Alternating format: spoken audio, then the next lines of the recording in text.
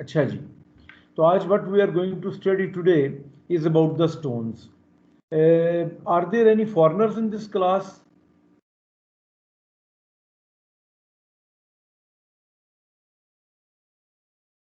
अच्छा, आपको मेरी आवाज आ रही है ना जी? यस सर, आ रही है। यस अच्छा, सर। तो अभी आपके सामने ये आ गई होगी स्टोन्स की कि what is stone. It is a natural material of construction obtained from queries. यानी क्वेरीज वो जगह हैं, जिस तरह आपने इंजीनियरिंग जियोलॉजी में पढ़ा था कि क्वेरी वो जगह है कि जो एक typically that's a large deep pit from which stone और अदर मटेरियल आर एक्सकेवेटेड। तो normally the various mountains or pits from where the stones can be obtained is called the quarry. Query जो है on ground भी हो सकती है, आप नीचे डिग करके भी क्वेरी हासिल कर सकते हैं। नॉर्मली ये जो पहाड़ हैं उनके अंदर से आप जो स्टोन्स लेते हैं उसे क्वेरी कहते हैं। और क्वेरिंग ऑपरेशन होता है कि जिसके अंदर आप वो स्टोन जो है वहाँ से ऑब्टेन करते हैं। तो quarry operation we will also study that today. Stone is also defined, it's a natural material of construction obtained from quarries, and it is also defined as natural hard substance formed from minerals and earth material which are present in rocks. Stone is a piece of rock and rock is an aggregate of minerals. तो आपने सारी चीज़ें आपको पता है कि ये stone जो है that's a piece of rock and an aggregate of minerals. आगे रॉक में भी defined as the portion of the earth crust having no definite shape and structure. मुख्तलिफ किस्म की उसमें मिनरल्स हो सकती हैं, मुख्तलिफ किस्म की उसकी केमिकल कंपोजिशन हो सकती है। तो almost all rocks have a definite chemical composition and are made up of minerals and organic matters. अब कैल्शियम कार्बोनेट है, उससे भी स्टोन्स बनते हैं, मतलब है उसके बाद उनका मेटामॉर्फिज्म होता है तो उससे मार्बल बनता है।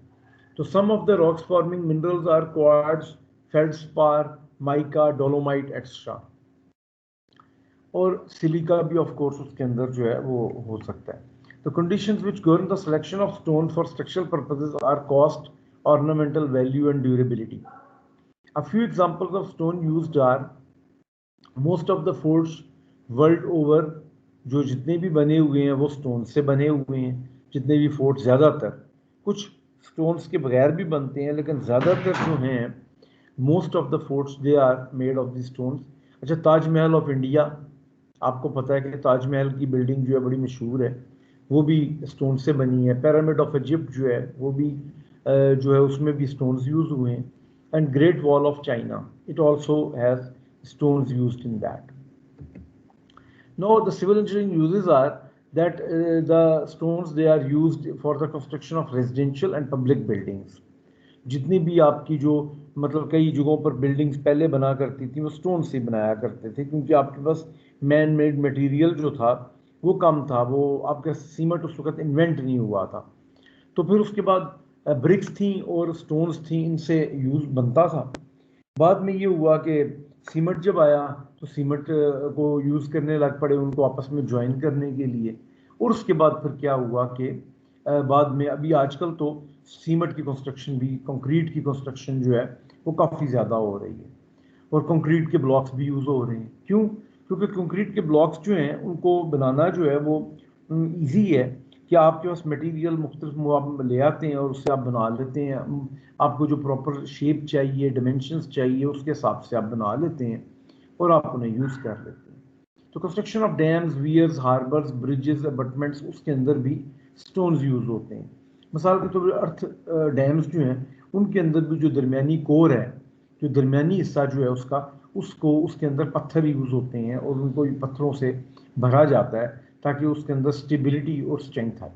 इसी तरह वियर्स जो है, वियर्स क्या चीज़ है? वियर्स जो हैं वो बंद टाइप की चीज़ें होती हैं। हार्बर्स जो आपकी बंदरगाहें होती हैं और जो आपकी साहिल समुंदर है उसे हार्बर कहते हैं। ब्रिज अपार्टमेंट्स, यानी जो ब्रिज है उसकी दाएं और बाएं के जो साइडें हैं उनमें भी पत्थर को यूज़ किया जाता है और पहले भी यूज़ किया जाता था, क्योंकि पत्थर जो है वो एक स्ट्रॉन्ग मटेरियल है और पानी की जो अब्रेजन है उससे और उनसे काफ़ी ज़्यादा मतलब है कि उसके ख़िलाफ़ इसमें रेजिस्टेंस की पावर होती है। तो road metal and railway blast, road metal के बारे में भी आपको इंजीनियरिंग में जियोलॉजी में हमने पढ़ाया था, तो रोड मेटल आपको पता है कि क्या चीज़ है, और रेलवे ब्लास्ट के बारे में भी बताया था। तो अगर आपको नहीं पता तो आप पूछ सकते हैं कोई भी चीज़। एग्रीगेट फॉर कंक्रीट के अंदर, यानी अब आप उसको जो छोटे छोटे पीसेस हैं उनमें तोड़ के तो आप कंक्रीट के एग्रीगेट के तौर पर भी यूज़ करते हैं। फिर स्टोन डस्ट, यानी जब आप क्रश करते हैं उसे तो उसमें आपको स्टोन जो है वो बिल्कुल बारीक, मतलब है कि उसकी डस्ट और वो चूरा जो है वो आपको वो भी मिलता है। तो आप सैंड, आर्टिफिशियल सैंड, मगर अगर आप उसको सीव कर लें, सीव का मतलब छाननी लगाना, अगर आप सीव कर लेंगे तो उससे आपको उसकी प्रॉपर ग्रेडेशन जो है वो मिल जाएगी। तो thin slabs for roofing, flooring and pavement, पुराने ज़माने में मुख्तलिफ़ किस्म की जो बिल्डिंग्स बनती थी उनमें इसकी जो थिन स्लैब्स को काटा जाता था, और काटने के बाद उसको छतों के अंदर इस्तेमाल किया जाता था, और उनके दरमियान में जो गैप्स थे उनको किसी सीमेंटिंग मटेरियल वगैरह से भर के तो उसके बाद उसके ऊपर और मतलब है कि पतली स्लैब्स वगैरह, स्लेट वगैरह रख के उनको जोड़ दिया जाता था। तो इसलिए इस तरह फ्लोरिंग और पेवमेंट्स के तौर पे आपको पता है कि जो मार्बल है उसको आप टाइल्स की तरह ज़मीन के ऊपर पॉलिश करके वहाँ भी लगा सकते हैं, और वो आपको बहुत अच्छी पेमेंट देती है। और फिर lime stone for manufacture of lime, cement extra, तो लाइम स्टोन जो है उसको आप यूज़ कर सकते हैं लाइम के लिए, सीमेंट के बनाने के लिए, और इस तरह की चीज़ों में। अब ये देखिए फाउंडेशन के अंदर आप किस तरह यूज़ करेंगे, फाउंडेशन में भी इसको यूज़ किया जा सकता है। तस्वीर आपके सामने आ रही होगी।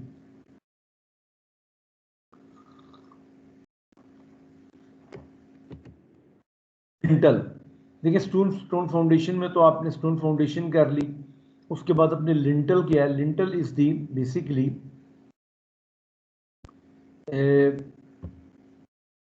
लिंटल जो है दैट इज दी वो जो बीम है जो कि आप मुख्तलिफ जो खिड़कियां वगैरह आप बनाते हैं उनके ऊपर जो आप बीम देते हैं उसको आप लिंटल कहते हैं। तो लिंटल के तौर पर भी इसको इस्तेमाल किया जा सकता है, ठीक है। उसके बाद वॉल्स, ये देखिए आपने एक आपके सामने तस्वीर नज़र आ रही है, ये आदमी किसी नाले के पास रहता होगा, या इसको नाला करीब से जो है वो उसमें पत्थर काफ़ी ज़्यादा होते हैं, तो वहाँ से जब तुग़यानी आती है और उसमें बड़े पत्थर होते हैं तो वहाँ से ये चुन चुन के आप ले आएँ तो आपको ये चीप मिल जाता है, बजाय इसके कि आप किसी दूर जगह से ब्रिक्स लें या कोई और इस तरह के लें। तो उस आदमी ने क्या किया कि सीमेंट के मटेरियल को यूज़ करते हुए तो उसने ये वॉल्स वगैरह में भी यूज़ कर लिए। अब सिंगल स्टोरी कंस्ट्रक्शन के अंदर जो है यू कैन ऑल्सो यूज़, ये गोल से जो इसने पत्थर इस्तेमाल किए हैं इस तरह के पत्थर भी आप यूज़ करते हैं अगर उसमें प्रॉपरली सीमेंटिंग मटेरियल हो। कई एक और तरीकाकार ये भी आया हुआ है कि आप अंदर कंस्ट्रक्शन जो है वो बना लेते हैं किसी और मटेरियल की, और बाहर आप खूबसूरती के लिए खूबसूरत पत्थरों को काट के उसके बाद उन्हें इस तरह लगा देते हैं जिस तरह आपको इस तस्वीर के अंदर नज़र आ रहा है। मैंने आपको पहले भी बताया था माचू सर पिच्चू का, इसकी फिर और ड्यूरेबिलिटी, जी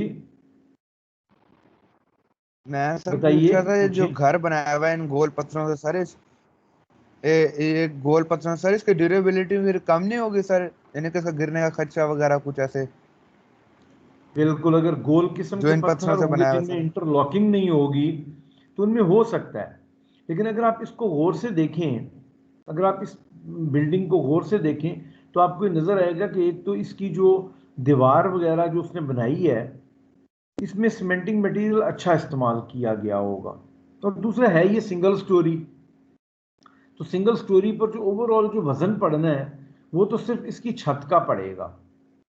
और छत में भी अगर आप गौर से देखें तो ये उसने छत जो दी है ये लकड़ी की छत दे के, तो उसके ऊपर उसने ये पूरे का पूरा या स्टील टाइप का स्ट्रक्चर दे के उसे सही तरह उसे उसके साथ मिला के, तो वो उसने, यानी मुझे तो ये लग रहा है कि लकड़ी की उसने पूरी छत दे के तो उसको इसके साथ उसने जोड़ा है। तो इसके ऊपर कोई इतना ज़्यादा वज़न क्योंकि नहीं है कि इसके ऊपर कोई आदमी ने चलना हो और उस पर कोई वज़न हो या बर्फ़ का वज़न आए, बर्फ़ भी आएगी तो इसके ऊपर से स्लाइड करके नीचे गिर जाएगी। तो इसके ऊपर एज सच बहुत ज़्यादा वज़न नहीं आ रहा, इसलिए इट इज़ स्टेबल। समझ रहे हैं ना आप मेरी बात, अगर ट्रिपल स्टोरी हो, डबल स्टोरी हो, तब गोल पत्थरों से नहीं बनाई जाती। ये इंटरलॉकिंग जो है उसके लिए जो उसके 2 या 3 फ्रैक्चर्ड फेसेस हों, उसे फिर कंक्रीट में लगाया जाता है। दूसरा, मैंने आपको जिस तरह कहा कि ये भी हो सकता है कि इसमें जिस तरह उसने पत्थर यूज़ किए हैं, तो कई दफ़ा अंदर आप बिल्डिंग करके तो ऑर्नामेंटल वैल्यू के लिए खूबसूरत से पत्थर जो है उन्हें काट के आधा आधा, तो उसके बाद उनको भी लगा दिया जाता है कई दफ़ा, ताकि वो उससे खूबसूरती आ जाए। तो वो भी हो सकता है कि उसने उन्हें काट के तो बाहर फेसिंग के लिए रख लिया हो। अब उसे फ़ायदा फेसिंग का ये होता है कि आपको 10 साल तक इसके ऊपर आपको पेंट करने की, या 20-30 सालों तक, जब तक कि वो मतलब है कि वो उसके ऊपर पत्थर लगे हुए हैं, तो वो जो है उसको पेंट करने की आपको ज़रूरत ही नहीं, क्योंकि पेंट भी तो with the passage of time जो है वो उखड़ जाता है ना, पुराना हो जाता है, गंदा हो जाता है। लेकिन पत्थर जो है वो उन पर जब तक आप एस्टिक एक्शन नहीं होगा या वेदरिंग का ज़्यादा एक्शन नहीं होगा, तो नहीं होगा, दैट में टेक 100 ईयर्स 200 ईयर्स, जिसके अंदर वो ख़राब हो। अब ये देखिए आप कि ये पुराने ज़माने में माचू पिचू मैंने आपको बताया हुआ है, चिचेन इट्ज़ा, माचू पिचू।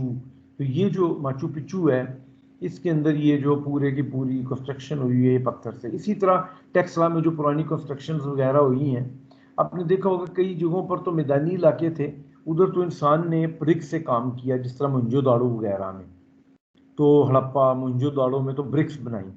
लेकिन जो बाकी जगह थी, उन जगह के ऊपर इंसान ने पत्थरों से ही, जो पहाड़ी इलाके जहाँ करीब थे वहाँ से फिर वो ले आए, कार्ट्स वगैरह भी इंसान ने बना लिए, उनके ऊपर लोड करके भी ले आते थे। तो इस तरह से ये जो था काम चलता था।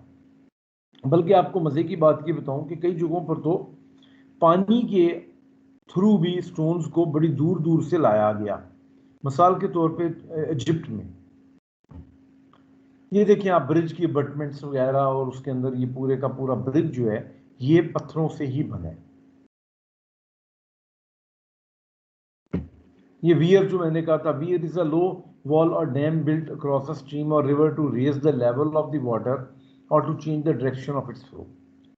अब जिस तरह ये एक वियर है, ये है तो इसमें पानी जो सीधा आया, आने के बाद तो उन्होंने इसको साइड के ऊपर डाइवर्ट कर दिया, तो यहाँ से आगे से बंद करके इस साइड से उन्होंने डाइवर्ट कर दिया, तो हल्का सा एक डैम सा बनाकर उसमें से फिर ये चलाया जाता है। ये पूल सा होता है और उसमें से पानी जो है पूरे इलाके को मिल जाता है।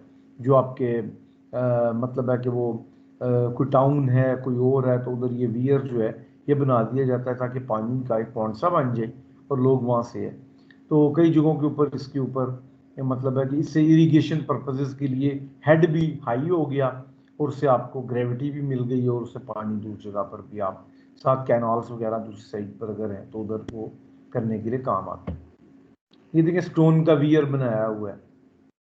जब भी मैं ये वाली तस्वीर पहले 1-2 साल भी दिखाता रहा हूँ, तो मैं ये ज़रूर बताता हूँ कि बनी इसराइल की, आपको पता है कि उनके बारे में भी बताता हूँ कि उन्होंने योम सब्त के दिन जो है इस तरह के वियर्स वगैरह बना लेते थे वो लोग जो बनी इसराइली थे, और उन्हें कहा हुआ था अल्लाह ताला ने कि तुमने सब्त का दिन जो है उसको आपने, यानी पता नहीं वो हफ्ते का दिन जो है उस वक्त आपने कोई भी चीज़ नहीं पकड़नी, ठीक है ना। लेकिन वो क्या करते थे कि वो इस तरह के वियर्स बनाते थे, तो मछली वगैरह उसमें फंस जाती थी, तो अगले रोज आकर वो शिकार कर लेते थे। तो कहते कि हमने उस सबत वाले दिन तो नहीं ना किया, हमने उसके अगले दिन आकर किया है। तो वो अल्लाह ताला से मजाक करते थे, तो अल्लाह ताला ने उनको यानी तंबीह भी की, लेकिन वो जब नहीं माने तो उसके बाद अल्लाह ताला ने उनको जो है वो बंदर बना दिया, फिर वो जंगलों में चले गए और फिर उसके बाद वो फौत हो गए। तो ये वियर्स वगैरह, ये देखें बड़ा प्यारा सा वियर किसी ने बनाया हुआ है। आगे चलें। डैम जो होता है हाई वॉल ऑफ कंक्रीट होता है, that is erected across a river to impound water behind the wall and to increase the flow of water. तो उससे ग्रेविटी आपको मिल जाती है, जिससे आप जो है जिससे हम लोग जो है इलेक्ट्रिसिटी जनरेट करते हैं, और जो इलेक्ट्रिसिटी जिससे जनरेट होती है तो उसे हाइड्रो इलेक्ट्रिक पावर डैम कहते हैं। और इस तरह ये नॉर्मली ये आपका रेज हो जाता है वाटर, पीछे पानी आपको मिल जाता है। तो जब सर्दियों का मौसम आता है, जब पानी कम होता है, तो आप इधर से पानी इस्तेमाल कर लेते हैं। जैसे खानपुर डैम है, that is purposely built for the water storage. ये ब्रिज अपार्टमेंट्स आपको दिखा रहे हैं, ब्रिज अपार्टमेंट्स हैं ये, इसके अंदर भी ये स्टोन इस्तेमाल हो सकते हैं, लेकिन यहाँ कंक्रीट की स्लैब्स भी इस्तेमाल हो सकती हैं, a lot of things can be done। तो नॉर्मली पहले जो थी वो इनमें स्टोन यूज़ किया करते थे, क्योंकि कंक्रीट जो थी वो उस वक्त अवेलेबल नहीं थी।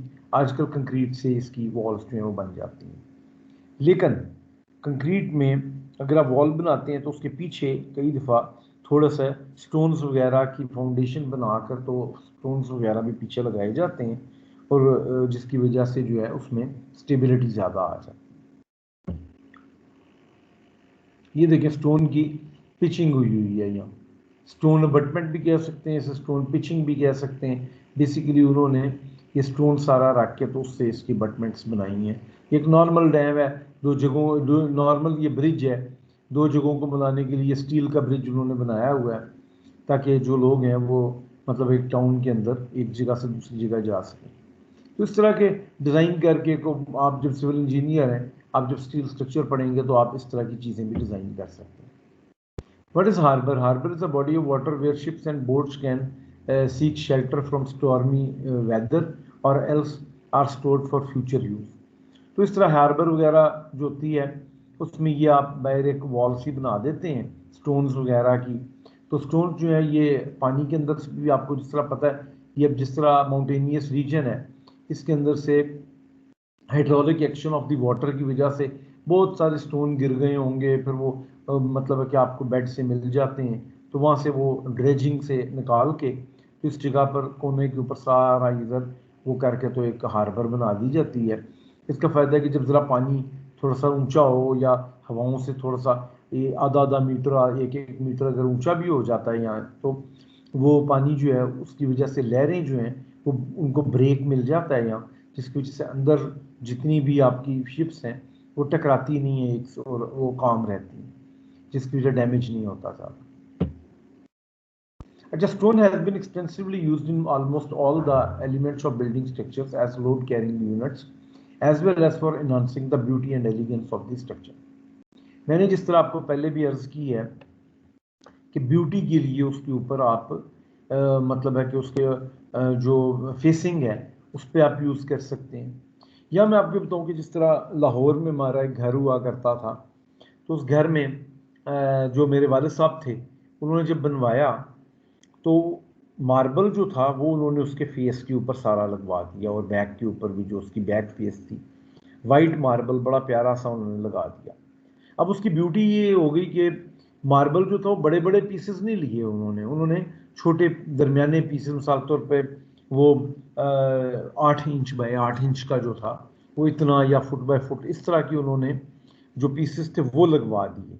अब वो उसका फ़ायदा था कि वो इतना एक्सपेंसिव भी नहीं था और वो लग गया, तो 25 ईयर्स तक उसको कुछ भी नहीं हुआ। बस हम 2 साल के बाद उसे साफ़ करवा लेते थे साबुन से और कुछ और से, और ऊपर अगर आपने वैक्सिंग करवानी है तो वैक्सिंग करवा लें आप, तो वो आपके कई साल तक जो है वो था, और आपकी इमारत जो है वो भी अंदर से ठीक रहती है, ठंडी रहती है। तो stone has gradually lost importance as a building material because of the following reasons. अब ये अगर आपसे पूछा जाए कि why the stone has lost its importance in the past, nowadays why the stone has lost its importance as a building material, तो उसकी reason उसने बताई हैं कि with the advent of cement and steel, जो कि एक बेहतर मटेरियल्स और आप अपनी मर्जी से इस्तेमाल कर सकते हैं, तो because of that, because you can use the cement and steel according to your own desires which can give you much easier result, क्योंकि आपने अगर छत में इस्तेमाल करना है तो आप छत में तो यूज़ नहीं कर सकते ना उसे। Strength of the structural elements built with stones cannot be rationally analyzed।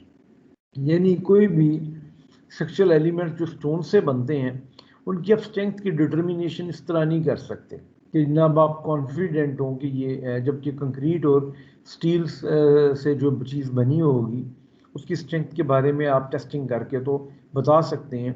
अगर आपको उसको पता हो उसके अंदर मसाला किस तरह का इस्तेमाल हुआ है तो आप उसी तरह का यूज़ करते हुए तो आप उसे कर सकते हैं। डिफ़िकल्टीज इन ट्रांसपोर्टेशन,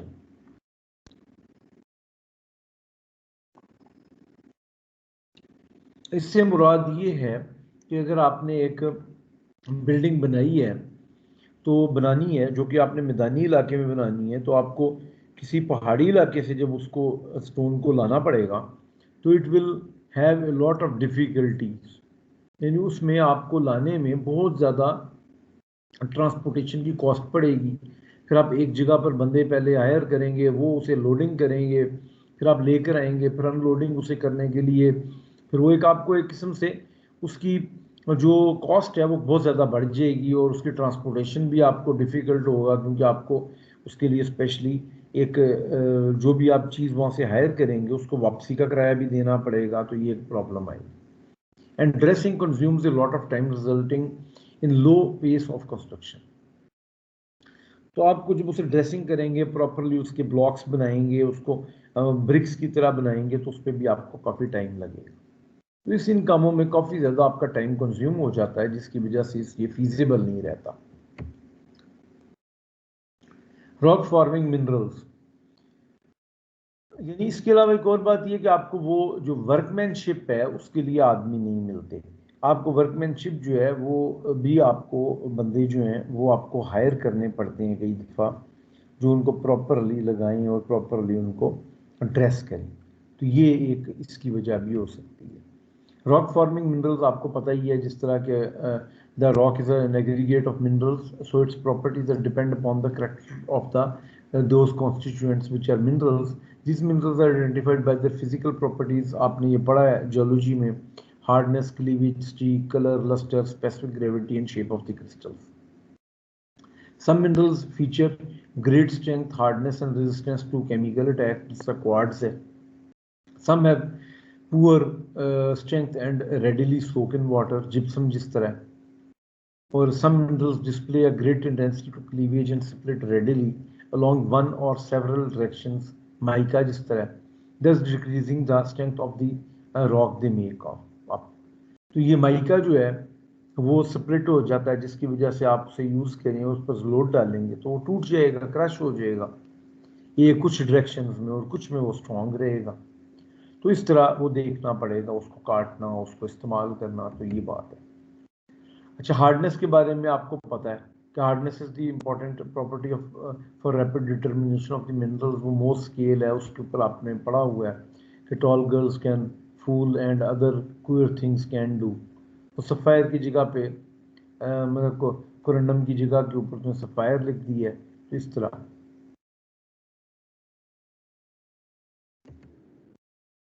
क्लीवेज स्टीक आपको पता है, वो आप यहाँ से पढ़ लीजिएगा, हम इसकी ज़्यादा डिटेल में नहीं जाते।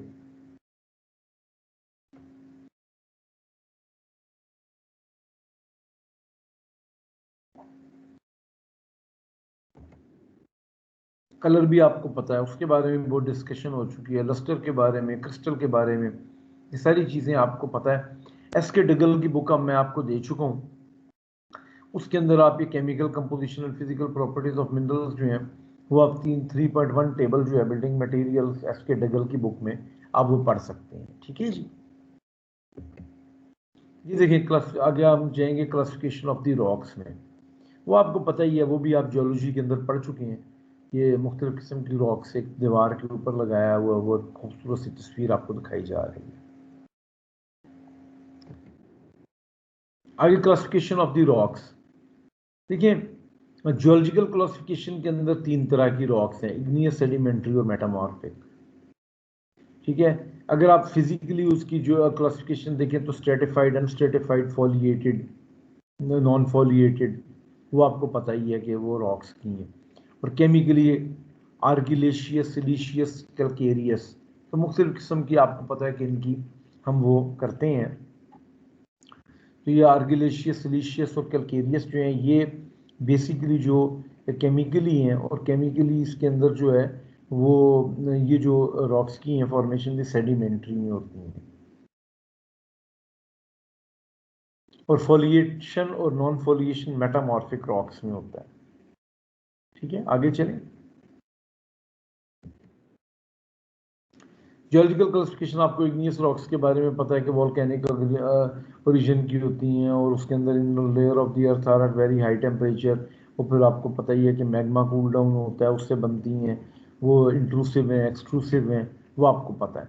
एफ्यूसिव रॉक्स और एक्सट्रूसिव इग्नियस रॉक्स हैं और प्लूटोनिक रॉक्स हैं, और इस तरह आपको ये भी पता है कि इसमें एक हाइपाबेसल रॉक्स होती हैं, एक्सट्रूसिव रॉक्स होती हैं, इंट्रूसिव रॉक्स होती हैं, जिनको प्लूटोनिक रॉक्स भी करते हैं। तो आपको इन सारी चीज़ों का पहले हम बता चुके हुए हैं जियोलॉजी में। तो आगे इग्नियस रॉक्स जो होते हैं, इसके टेक्सचर ऑफ द रॉक्स जो होता है rate of the cooling of the magma के ऊपर भी डिपेंड करता है, और इसके अलावा क्योंकि उसके क्रिस्टल्स जो हैं वो किस तरह के होते हैं वो आपको पता है कि जब वो कूल रैपिडली होगा तो उसके अंदर वो आपको ये बताया था कि अगर उसमें गैसेस होंगी तो उसकी वजह से उसमें कौन सा बनेगा, वेसिकुलर स्ट्रक्चर, और अगर वो रैपिडली कूल होंगी तो उसमें क्रिस्टल्स जो हैं उसके अंदर जो है वो फाइन ग्रेन्ड होगा, उसमें क्रिस्टल्स उस तरह से नहीं बनेंगे। जबकि जो हैं इसी तरह अगर बहुत ज़्यादा गैसेस होंगी और बहुत ज़्यादा पोरस किस्म की होगी तो प्लूमाइस टाइप की रॉक्स भी बन सकती हैं। लाइटर वेट कंक्रीट में उनको हम यूज़ करते हैं प्लूमाइस टाइप की चीज़ों को। तो आपको पता है मैग्मा है और फिर लावा है, फिर ऐश होती है, फिर उससे मतलब है कि वो मुख्तलिफ वोल्केनोज वगैरह से भी निकलता है, और फिर इससे लावा जो निकलता है उससे एक्सट्रूसिव बनती है, और जो इंट्रूसिव है वो नीचे जो ठंडे हो जाते हैं उनसे बनते हैं। अब इग्निस रॉक्स में एक्सक्लूसिव लावा फ्लो के बारे में भी आपको दिखाया था, वो जो हवाई के बारे में भी सारा बताया था आपको मैंने जब लास्ट लेक्चर जो जियोलॉजी के दिए थे।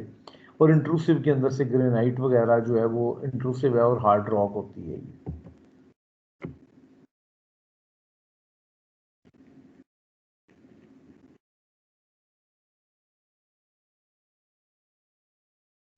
आजकल ग्रेनाइट वगैरह की तरह की जो है वो कलर्स वगैरह और वो टेक्सचर्स डाल के तो आजकल टाइलें भी बनाई जाती हैं जिनको ग्रेनाइट टाइल्स कहते हैं, ग्रेनिटो टाइल्स नाम देते हैं।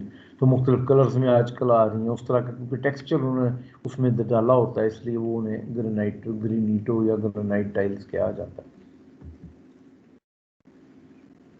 तो ये इग्नियस रॉक्स का वो कहते हैं स्टिक रॉक हैं, बेसिक रॉक्स हैं, अल्ट्रा बेसिक, इंटरमीडिएट रॉक्स हैं।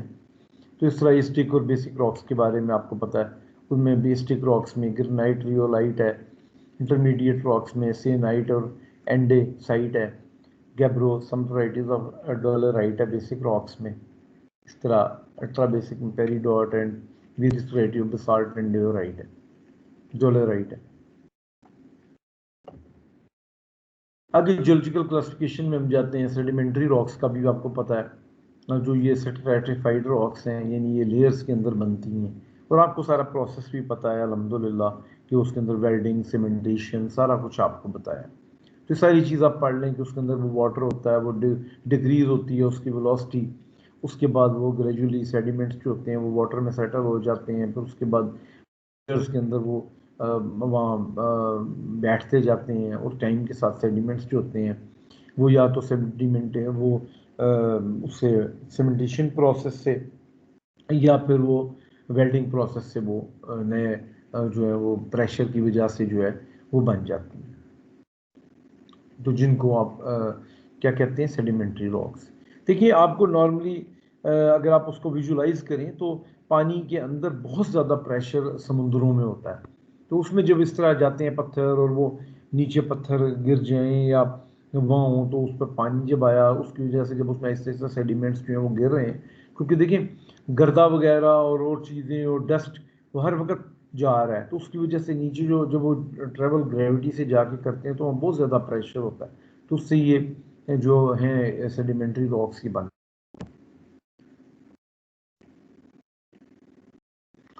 ये उन्होंने बताया पूरे का पूरा लिथिफिकेशन प्रोसेस की किस तरह से वो सारे का सारा काम होता है। आगे चलें जी। Yes, sir.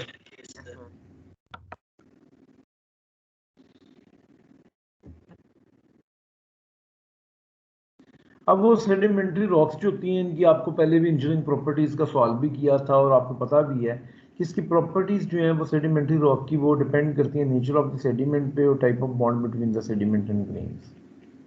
तो rocks are well stratified and show well defined bedding planes.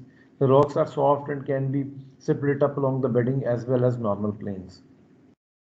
तो ये सारी की सारी मतलब है कि प्रेसिपिटेशन ऑफ रॉक्स जो हैं वो ड्राइंग बेसिन्स जो हैं उनमें केमिकल डिपॉजिट्स हो जाते हैं, जिप्सम के, मैग्नीशियम के, उनसे भी बन जाती हैं। तो इस तरह ये इनका जो है ना बेसिकली मुख्तलिफ रॉक्स जो सेडिमेंट्री वो बन सकती हैं, और वो आपको उनकी जो क्वालिटी है वो डिपेंड करेगी दो चीज़ों पर, उनके ग्रेन्स के ऊपर, नेचर ऑफ द सेडिमेंट पर, और type of the bond between the sediment and the grains. ये देखें आपको ये मुख्तलिफ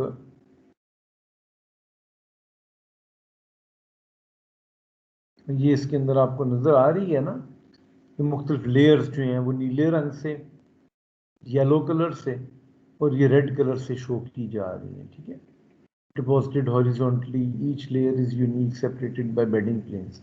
अब ये जो है बेसिकली ये पानी के अंदर होगा किसी ज़माने में, तो फिर उसके बाद जब वो टेक्टोनिक प्लेट्स हुई या ज़मीन के नीचे से जिस तरह लावा था उसने ज़ोर लगाया, तो ये पूरे का पूरा जो था ये ऊपर उठ गया, और उठने के बाद ये पानी से ऊपर आ गया, और उसके बाद यहाँ पास से आपको जिस तरह नज़र आ रहा है कि इधर होता है कोई रिवर वगैरह भी बाद में गुजरता हो, जिसकी वजह से ये सारी की सारी कटिंग आपको नज़र आ रही है। तो ये विजिबल हो गई, सारी जो लेयर्स हैं ये विजिबल हो गई, और आपको ये नज़र आ रहा है कि सारा।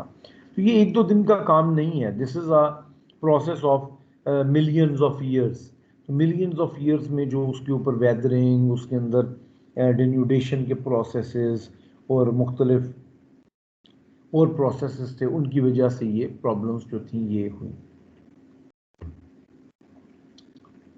ये देखिए इसके अंदर भी सारे का सारा ये आपको सेडिमेंटेशन नज़र आ रही है, सारा ये है।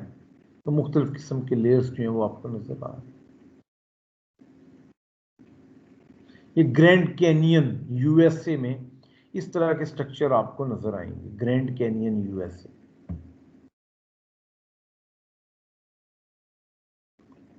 ग्रेवल से भी कॉन्ग्लोमरेट्स आपको याद होगा, कॉन्ग्लोमरेट्स बनते हैं और ब्रेशियाज बनते हैं। ये सैंडस्टोन बनता है सैंड से, ग्रेवल से कॉन्ग्लोमरेट्स बनते हैं, सिल्ट से सिल्टस्टोन बनता है, क्ले से शेल बनता है। तो ये मुख्तलिफ किस्म के जो हैं ये आपको पता होनी चाहिए कि किस तरह से बनते हैं और क्या इनका वो मतलब है कि। आगे चलें जी। Yes sir. चलें आगे। मेटामॉर्फिक रॉक्स हैं।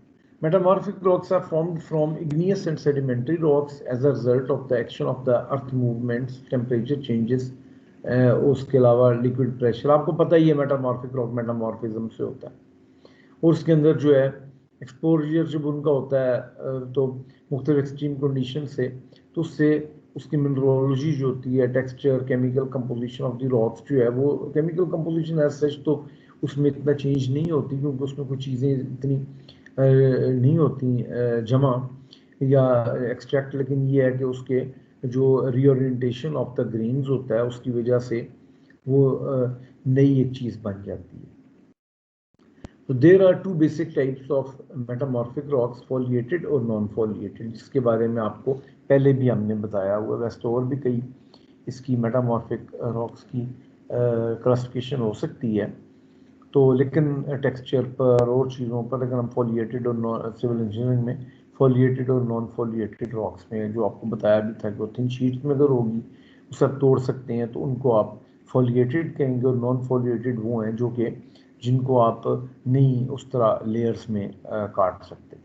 तो फॉलिएटेड के अंदर एक जो चीज़ है वो आपकी स्लेट जो है वो है, जिससे बड़े बड़े आप तख्ते लेकर, तो पहले ज़माने में उससे ब्लैक बोर्ड्स बनाया करते थे। तो अब तो ब्लैक बोर्ड्स की जगह के ऊपर वो पेंट वगैरह कर लेते थे, फिर अब वाइट बोर्ड्स आ गए हैं। But that was a very good thing कि वो जो उसमें स्टोन सा होता था उसके ऊपर ही फिर वो चौक से लोग लिख लेते थे।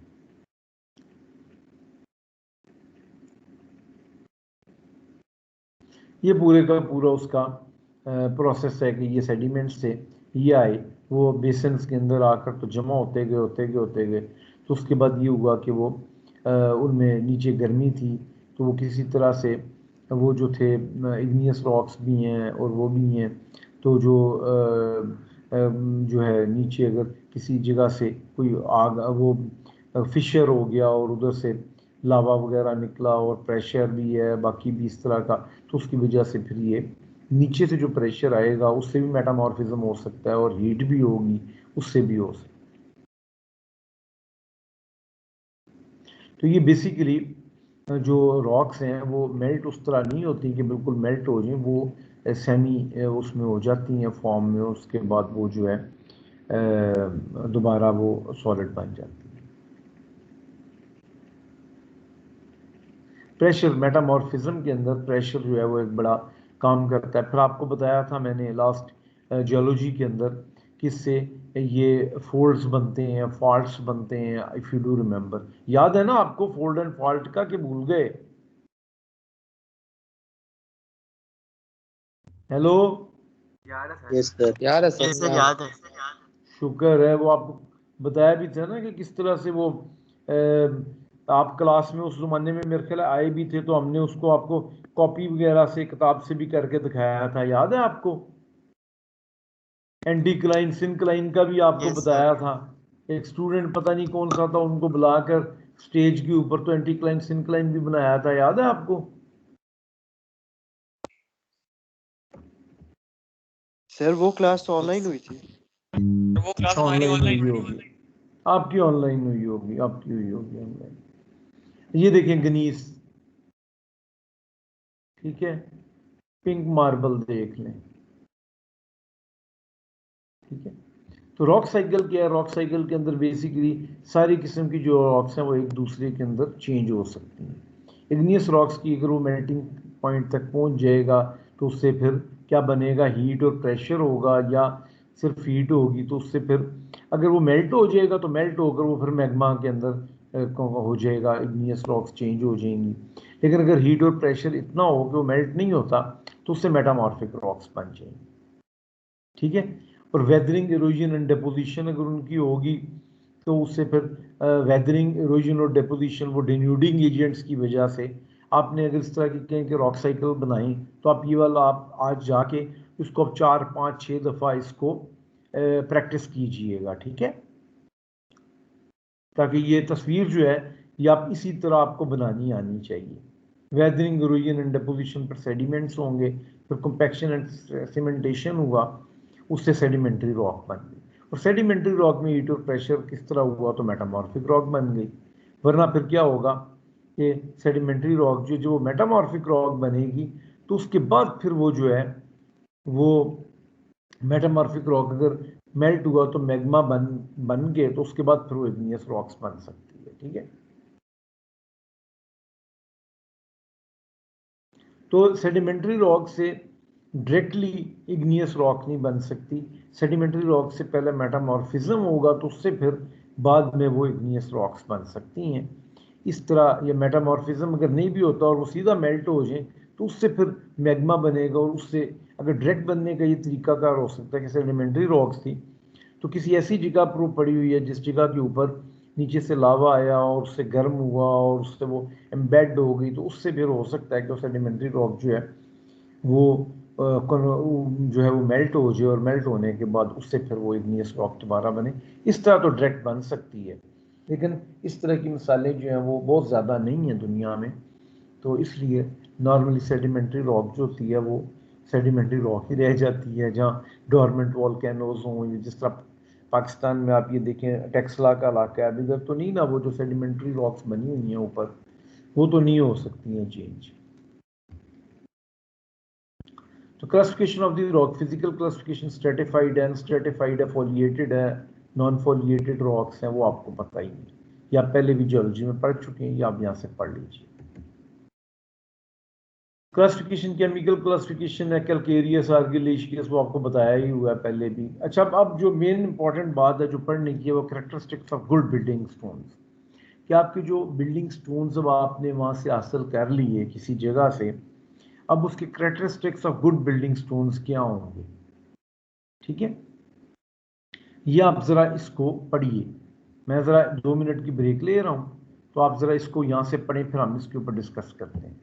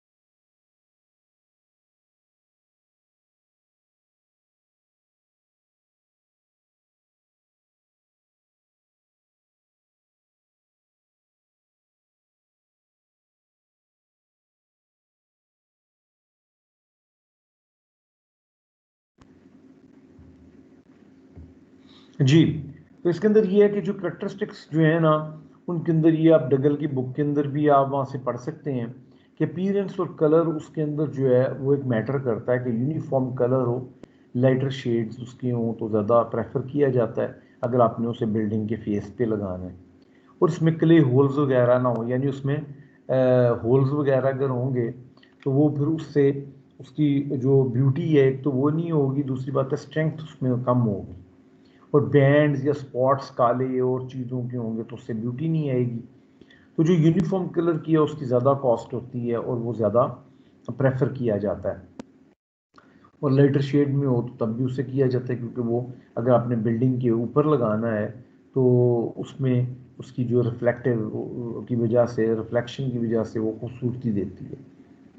अच्छा, स्ट्रक्चर जो है वो डल अपीयरेंस में ना हो, शाइनी सा हो, क्रिस्टल अगर हो तो वो ज़्यादा है, क्योंकि क्रिस्टलाइन जब वो होगा तो उसका मतलब है कि उसके वो इंट्रूसिव टाइप की रॉक होगी या उसमें मेटामॉर्फिज्म प्रॉपरली हुआ होगा, और वो भी क्रिस्टलाइन जो है वो होमोजीनियस हो और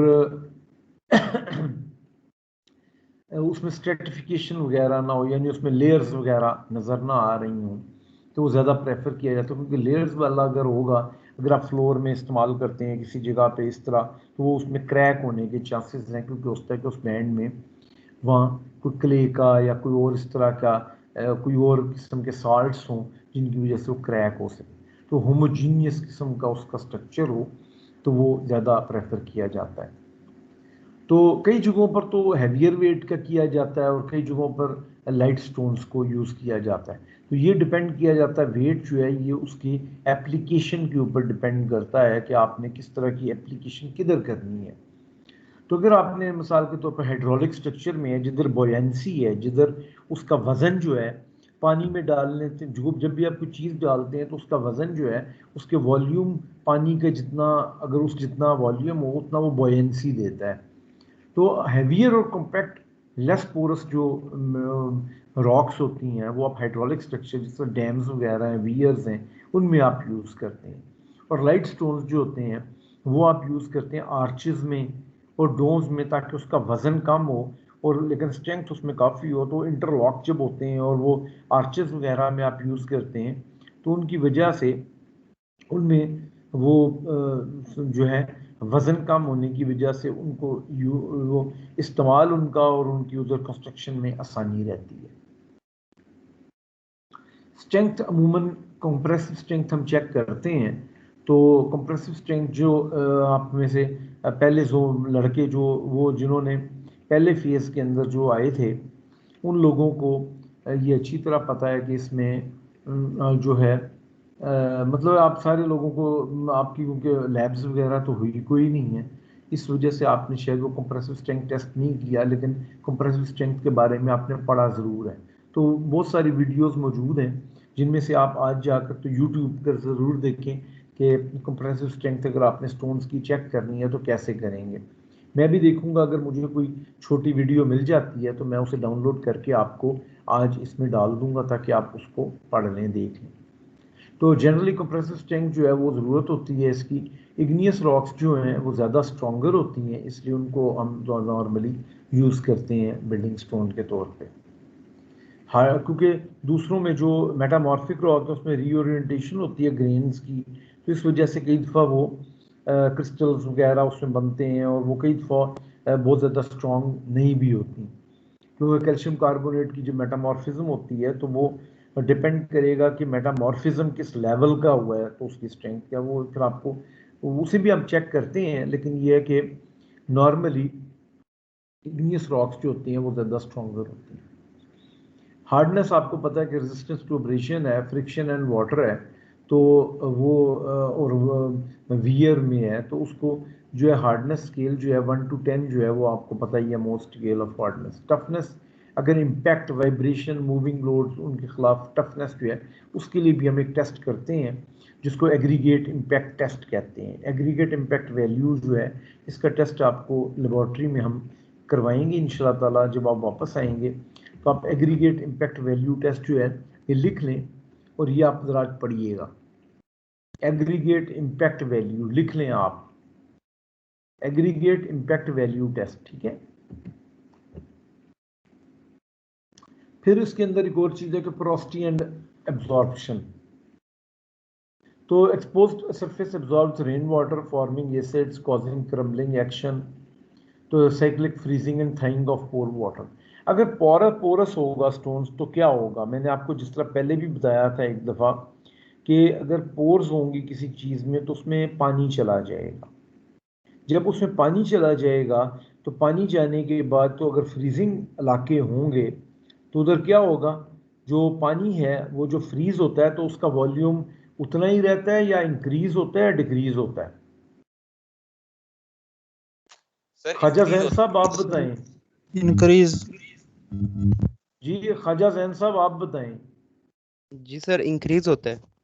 ठीक है, जब उसका वॉल्यूम इंक्रीज होगा और इस तरह और भी पोर्स होंगी अगर उसमें पत्थर में, तो क्या होगा उस पोर्स की वजह से वो जो होगा वो उनमें वॉल्यूम जो पानी जब उसमें चला जाएगा और अगर उसमें फ्रीज हो जाता है तो वो वॉल्यूम उसका इंक्रीज होने की वजह से वो उसमें प्रेशर बनेगा जिससे वो चिप ऑफ हो सकता है, उसमें क्रैक्स आ सकते हैं।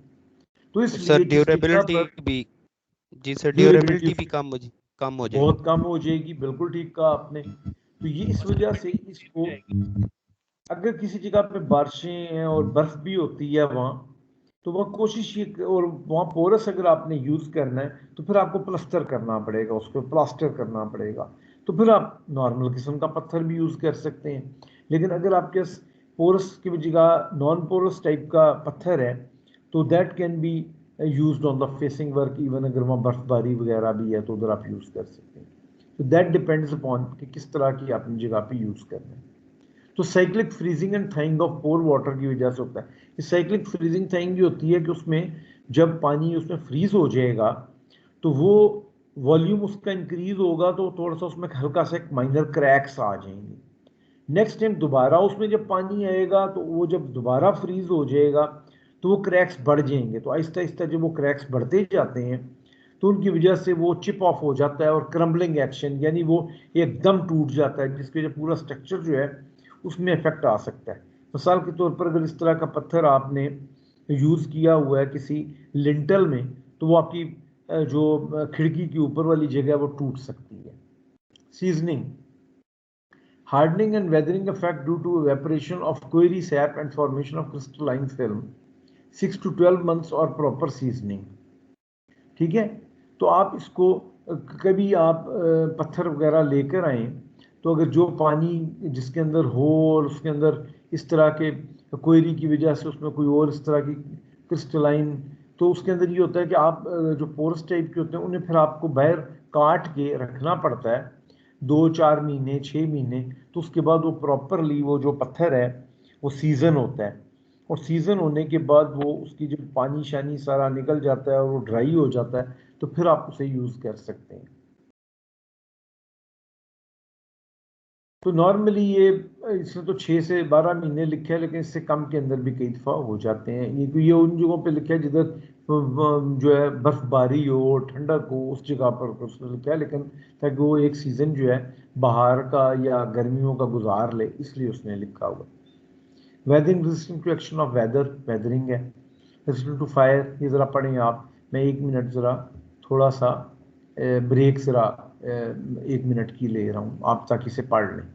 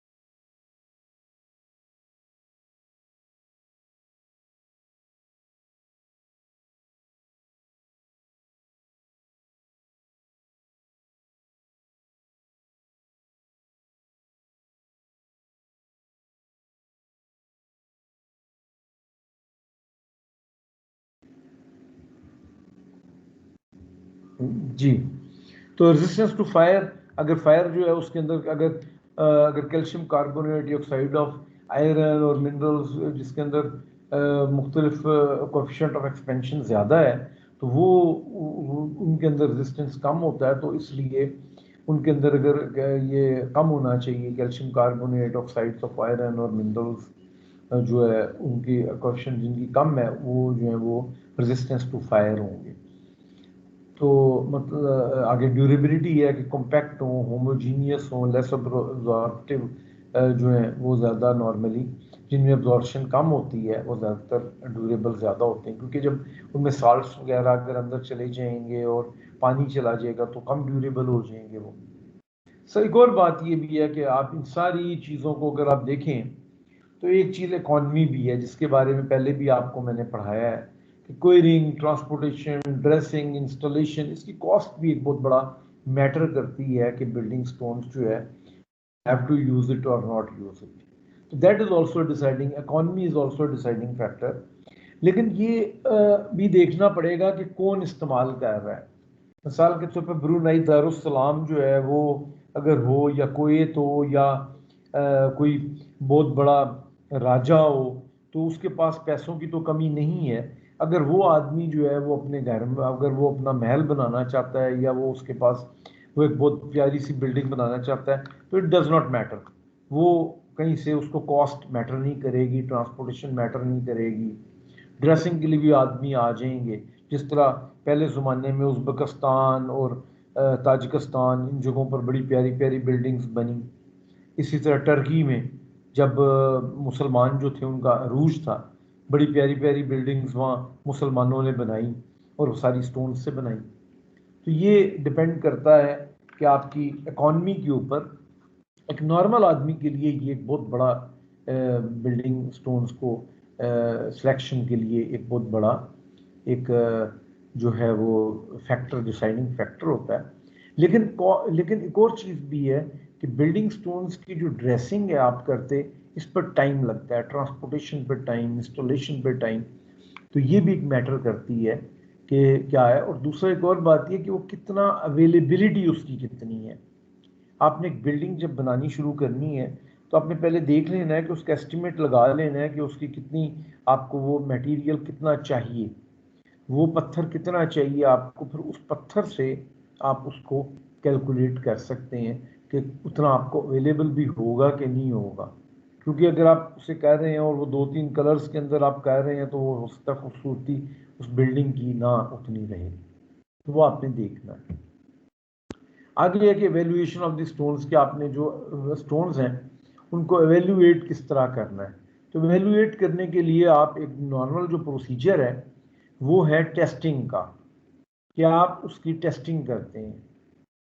टेस्टिंग जो है वो किससे करेंगे आप उस टेस्टिंग को किसी मशीन के अंदर करेंगे, आप उसके लिए कोई केमिकली आप उसे टेस्ट करेंगे, आप उसको अब्रेजन के साथ टेस्ट करेंगे, आप उसके मुख्तलिफ किस्म के जो टेस्ट हैं इंसान कंडक्ट करता है ताकि उसकी आपको क्वालिटी के बारे में असेसमेंट हो सके। तो टेस्ट ऑफ द स्टोन्स जो हैं उनमें weathering test of natural building stones आप कर सकते हैं, ड्यूरेबिलिटी टेस्ट कर सकते हैं नेचुरल बिल्डिंग स्टोन्स की, अगर आपने ड्यूरेबिलिटी टेस्ट करना है, वाटर एब्जॉर्प्शन और पोरोसिटी टेस्ट किया जाता है, test for determination of true specific gravity किया जाता है, और कंप्रेसिव स्ट्रेंथ टेस्ट किया जाता है। ये टेस्ट नॉर्मली हैं जो कि आप स्टोन्स के ऊपर करते हैं। इनके अलावा भी कुछ टेस्ट्स हैं, हम देखेंगे कि आज के कौन कौन से टेस्ट हम पढ़ने हैं। अब जो सिलेक्शन ऑफ सैंपल अगर आपने लेना है, अब अगला बात है कि आपने एवेल्यूएशन जब करनी है तो आपने ये तो देख लिया कि आपने टेस्ट करना है स्टोन्स को। अब टेस्ट करेंगे तो आपको उसकी रिपोर्ट आएगी तो आपको पता होगा कि किस किस्म का स्टोन है ये। तो स्टोन के टेस्ट करने के लिए आपको उसका एक सैंपल लेना पड़ेगा। You will have to take one sample. तो sample should be truly representative of grade of stone and it should not be कि भाई आप उनमें से गंदे वाले स्टोन लें, ये नहीं। आपने जो उसके अंदर 90% किस्म के स्टोन जो हैं जो एक तरह के हैं उनमें से आप सैंपल लेंगे। अगर उसमें 50 एक तरह के हैं, 50 एक तरह के हैं, 40-60 की रेशियो है, कोई इस तरह का है, तो फिर आप उनमें आप कहेंगे कि भाई ये तो बड़ा मिला जुला है, इनको तो सेपरेट करने में बड़ा मुश्किल होगा हमारे लिए, तो ये एक प्रॉब्लम आपको हो सकती है। तो आप सैंपल जो है वो आप सेलेक्ट कर सकते हैं, जो आपने तोड़ के वो कहीं किसी जगह से आप लेकर आए हैं, या रॉक में से भी आप ले सकते हैं। अगर आपको असेसमेंट हो जाए कि वो जो नेचुरल रॉक है जिसमें से आपने पत्थर लेना है वो किस किस्म की है, तो उसमें से भी आप मुख्तलिफ जगहों से ले सकते हैं। या अगर स्टोन आपके पास आ जाए वो ज़्यादा अच्छा है कि आपके से कटा हुआ स्टोन है तो आप उसको कर लेते हैं। तो जो जितनी भी टेस्ट पीसेस आप लेंगे उनके अंदर ये नहीं है कि उसके अंदर कोई दरारें आई, फ्रैक्चर्स आए हों। अगर उसमें सीम्स हों यानी दरारें हों, फ्रैक्चर्स हों, उनमें मतलब क्रैक्स हों, तो वो आप उनको टेस्ट पीसेस इस तरह के तो आप डिस्कार्ड कर देते हैं ना, आप उन्हें यूज़ ही नहीं करते। अगर इस तरह के पत्थरों को आपने यूज़ भी करना हो तो आप उसे तोड़ के बजरी बनाकर यूज़ कर सकते हैं, आप उसके एग्रीगेट के तौर पे यूज़ कर सकते हैं, बेड्स में यूज़ कर सकते हैं तोड़ के, लेकिन आप उसे as a building stone use नहीं करते, इसलिए आप उसे वो टेस्ट पीस लेंगे भी नहीं, क्योंकि वो ट्रूली उसका रिप्रेजेंटेटिव नहीं होगा, वो फिर बायस्ड हो जाएगा। जिस तरह लास्ट लेक्चर में आपको मैंने बताया था बायस्ड और अनबायस्ड के बारे में, तो बायस्ड सैंपल हो जाएगा। In case of field stones and boulders, separate samples shall be selected of all classes of stones based on visual inspection। तो अब जब फील्ड स्टोन्स और बोल्डर्स अगर आप लेंगे तो उनके अलग-अलग आपने बड़े पत्थरों के और जो छोटे पत्थर हैं उनके आप अलग-अलग सैंपल लेंगे और उन्हें आप सेलेक्ट करेंगे क्लास ऑफ स्टोन्स को आप विजुअल इंस्पेक्शन पे कि ये स्ट्रॉन्ग आपको लगता है, ये नॉर्मल लगता है, तो आप उसको देख के तो आप उससे सैंपल लेंगे। ये नहीं कि उन्हें आप मिला कर, तो क्योंकि वेरिएबिलिटी आपने कम करनी है, जो वेरिएबिलिटी है वो नहीं होनी चाहिए उसमें ज़्यादा। आप इस तरह का सैंपल लेंगे जो कि जिसमें वेरिएबिलिटी कम हो, ठीक है।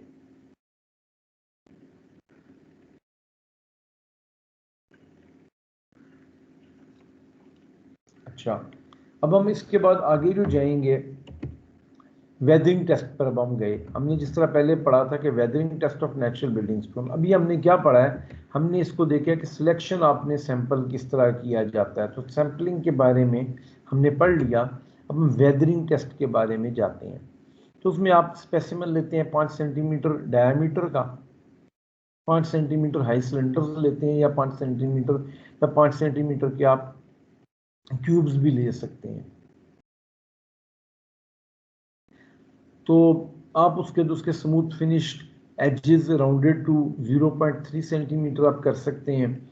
उसके बाद आप 3 सैंपल्स जो है आप ओवन ड्राई करेंगे, 24 घंटे तक उसको कूल करेंगे आप उन्हें, टेम्परेचर रूम टेम्परेचर जो 20 से 30 डिग्री सेंटीग्रेड पर, ठीक है। उसके W1 आप लेंगे, weight of cooled and dried test piece, weight to nearly 0.01 gram तक। उसके बाद आप उस स्पेसिमन को आप पानी में 24 घंटे तक रूम टेम्परेचर पर डालेंगे और आप रिकॉर्ड करेंगे इसका टेम्परेचर W2। पहले का W1 आपने किया जो कि ड्राई टेस्ट पीस को कूल करने के बाद आप W1 लेंगे। जब पानी में डालने के बाद आप उसे निकाल के 24 घंटे तक, तो उसके बाद आप उसको W2 immersed and freely suspended sample weight जो है आप उसका W2 ले लेंगे।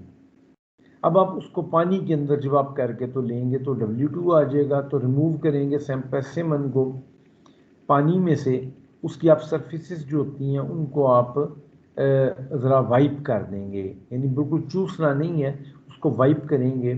और वाइप करने के बाद आप 3 से 5 मिनट तक इंतज़ार करने के बाद उसका आप दोबारा वज़न लेंगे और उसको W3 कहेंगे।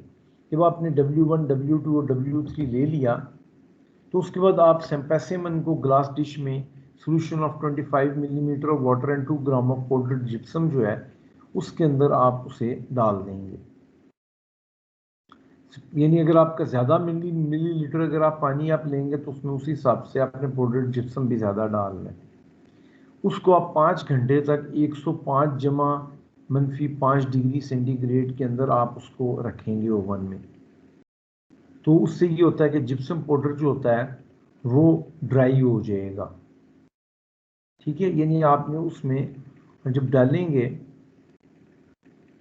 तो जब ड्राई हो जाए तो स्पेसिमन को आप कूल करेंगे 25 ± 5 डिग्री सेंटीग्रेड में, और हीटिंग और कूलिंग साइकिल को 30 टाइम्स तक इसको जब आप करेंगे, बार बार रिपीट करेंगे, तो उसके बाद आप स्पेसिमन को रिमूव कर देंगे और क्लीन करेंगे वायर ब्रश के साथ। तो W4 weight of the sample in air after 30 cycles होगा, और अगेन आप उसे इमर्स करेंगे पानी में, और उसे आप जो है वेट ऑफ द सैंपल आप ले लेंगे जो W5 होगा। तो फिर ये आपके सामने फार्मूलाज हैं जिनसे आपको उसकी जो है पता चल जाएगा कि उसके अंदर क्या फ़र्क हुआ एब्जॉर्प्शन में और वॉल्यूम के अंदर, उसके अंदर क्या फ़र्क पड़ा है।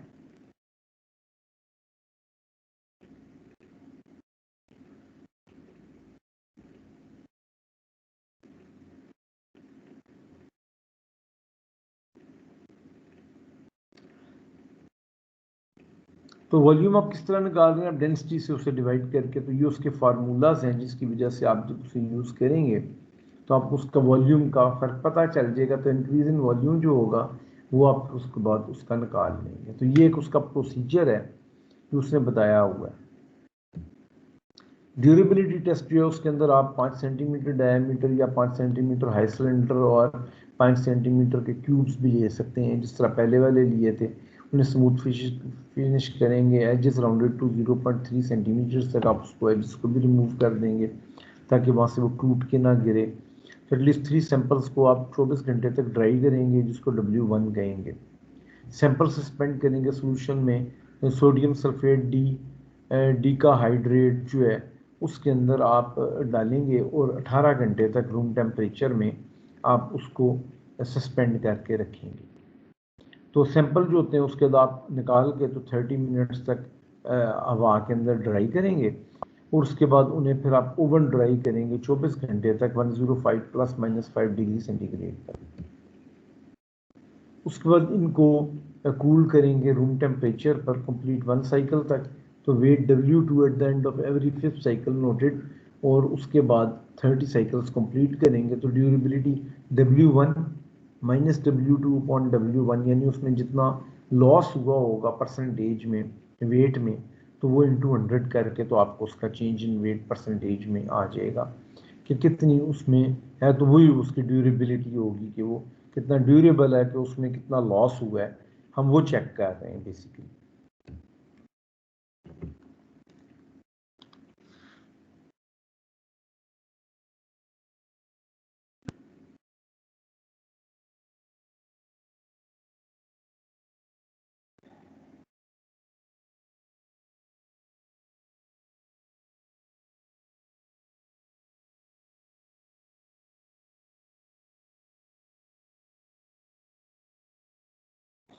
अच्छा, फिर water absorption and porosity test है। आप उसमें 50 ग्राम्स का जो वेट है ना, जिसका वजन 50 ग्राम्स हो, from given sample is prepared and its actually weight W1 is recorded. The cube is then immersed in distilled water for 24 hours. उसके बाद आप उस वाटर में से निकालते हैं, सरफेस को वाइप करते हैं डैम्प पीस ऑफ क्लॉथ से, क्यूब जो है उसको दोबारा वजन करते हैं, जिसको W2 आप कहते हैं। क्यूब जो होता है उसको सस्पेंड फ्री कर लेते हैं वाटर में, और उसका weight is recorded, let it be W3। ठीक है, यानी अब यह पानी के अंदर आपने उसका वजन लेना है। W3 जो लेना है वो आपने पानी के अंदर वजन लेना है। ये वजन जो है ये कम होगा। The cube is then kept in boiling water for 5 hours. 5 घंटे तक बॉइलिंग वाटर में डाल के तो उसे बॉयल किया जाता है। उसके बाद आप रिमूव कर लेते हैं इसका सरफेस वाटर, अगेन वाइप करते हैं, यानी सरफेस ड्राई कंडीशन में लाया जाता है डैम्प पीस ऑफ क्लॉथ से, और उसके वज़न को W4 कहा जाता है। आप वो W4 आप उसका रिकॉर्ड कर लेंगे।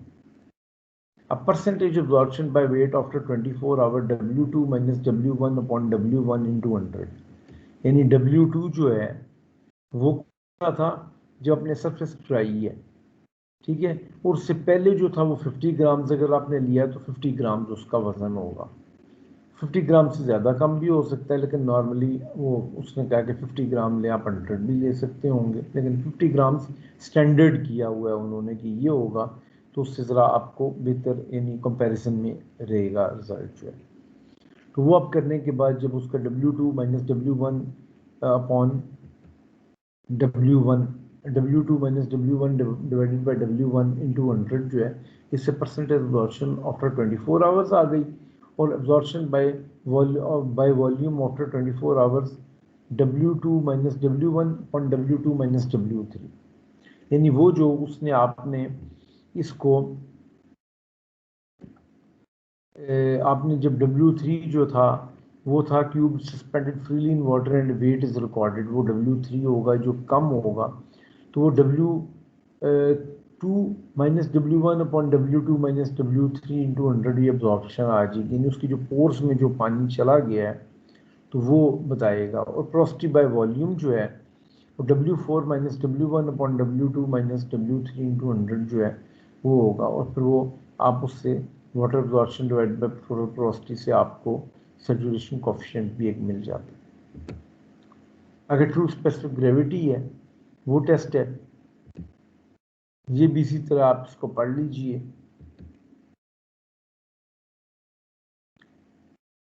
तो ये सारे के सारे जो टेस्ट्स हैं ये तो नहीं आएंगे, वो हम आपको बता देंगे कि जी इनमें से कोई अगर हिंट दे देंगे कि आप इनको, अब आप इनको थोड़ा सा पढ़ लें कि उसका आपको प्रोसीजर पता होना चाहिए कि ये प्रोसीजर है, तो आप वो प्रोसीजर उसे अच्छी तरह कर लें। बाकी जो फार्मूलाज वगैरह हैं वो भी आप देख लें इसको, लेकिन ये कि आपको प्रोसीजर पता होना चाहिए कि किस तरह से आपने इसको करना है। तो काइंड ऑफ स्टोन जो है granite, sandstone, limestone, marble, trap, ये मुख्तलिफ किस्म के स्टोन्स हैं। इनका स्पेसिफिक वेट पाउंड पर cubic feet, specific gravity water absorb pound पर क्यूबिक फुट, ये उसने थोड़ा सा दे दिया है आपको इधर। तो इसमें आपको पता चलेगा ग्रेनाइट जो है ये कम पानी एब्जॉर्ब करता है, इसका स्पेसिफिक ग्रेविटी भी अच्छी है, ठीक ठाक है। तो ये जो है ग्रेनाइट जो है ये थोड़ा सा ये कम करता है, जबकि लाइमस्टोन बहुत ज़्यादा पानी एब्जॉर्ब करता है। सैंडस्टोन जो है वो लाइमस्टोन से कम लेकिन बाकियों से ज़्यादा है। मार्बल जो है वो भी बहुत कम करता है, और इसके अलावा ट्रैप का एक स्टोन जो होता है वो भी 0.7 करता है। तो ये जो स्टोन्स हैं अगर आपको ये दिए जाएं एग्ज़ाम में और कहा जाए कि इनमें से सबसे ज़्यादा और सबसे कम पानी एब्जॉर्ब करने वाला कौन सा है, तो आप कह सकते हैं कि ग्रेनाइट जो है वो सबसे ज़्यादा पानी पाउंड पर क्यूबिक फीट करता है, और जबकि जो लाइमस्टोन है वो सबसे ज़्यादा इन स्टोन्स में से पानी को एब्जॉर्ब करता है।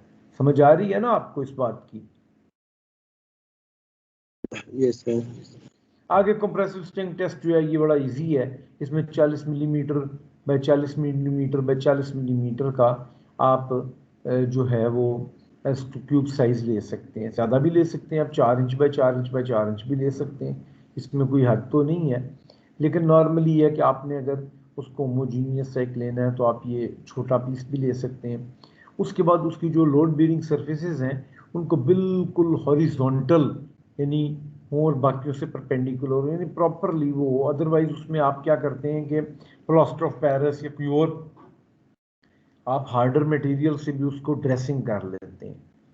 उसके बाद आप उसको इमर्स करते हैं पानी में 20 से 30 डिग्री सेंटीग्रेड जो है ना उसके पानी में 72 घंटे तक आप उसे करते हैं, सैचुरेट कंडीशन में आप करते हैं, ठीक है।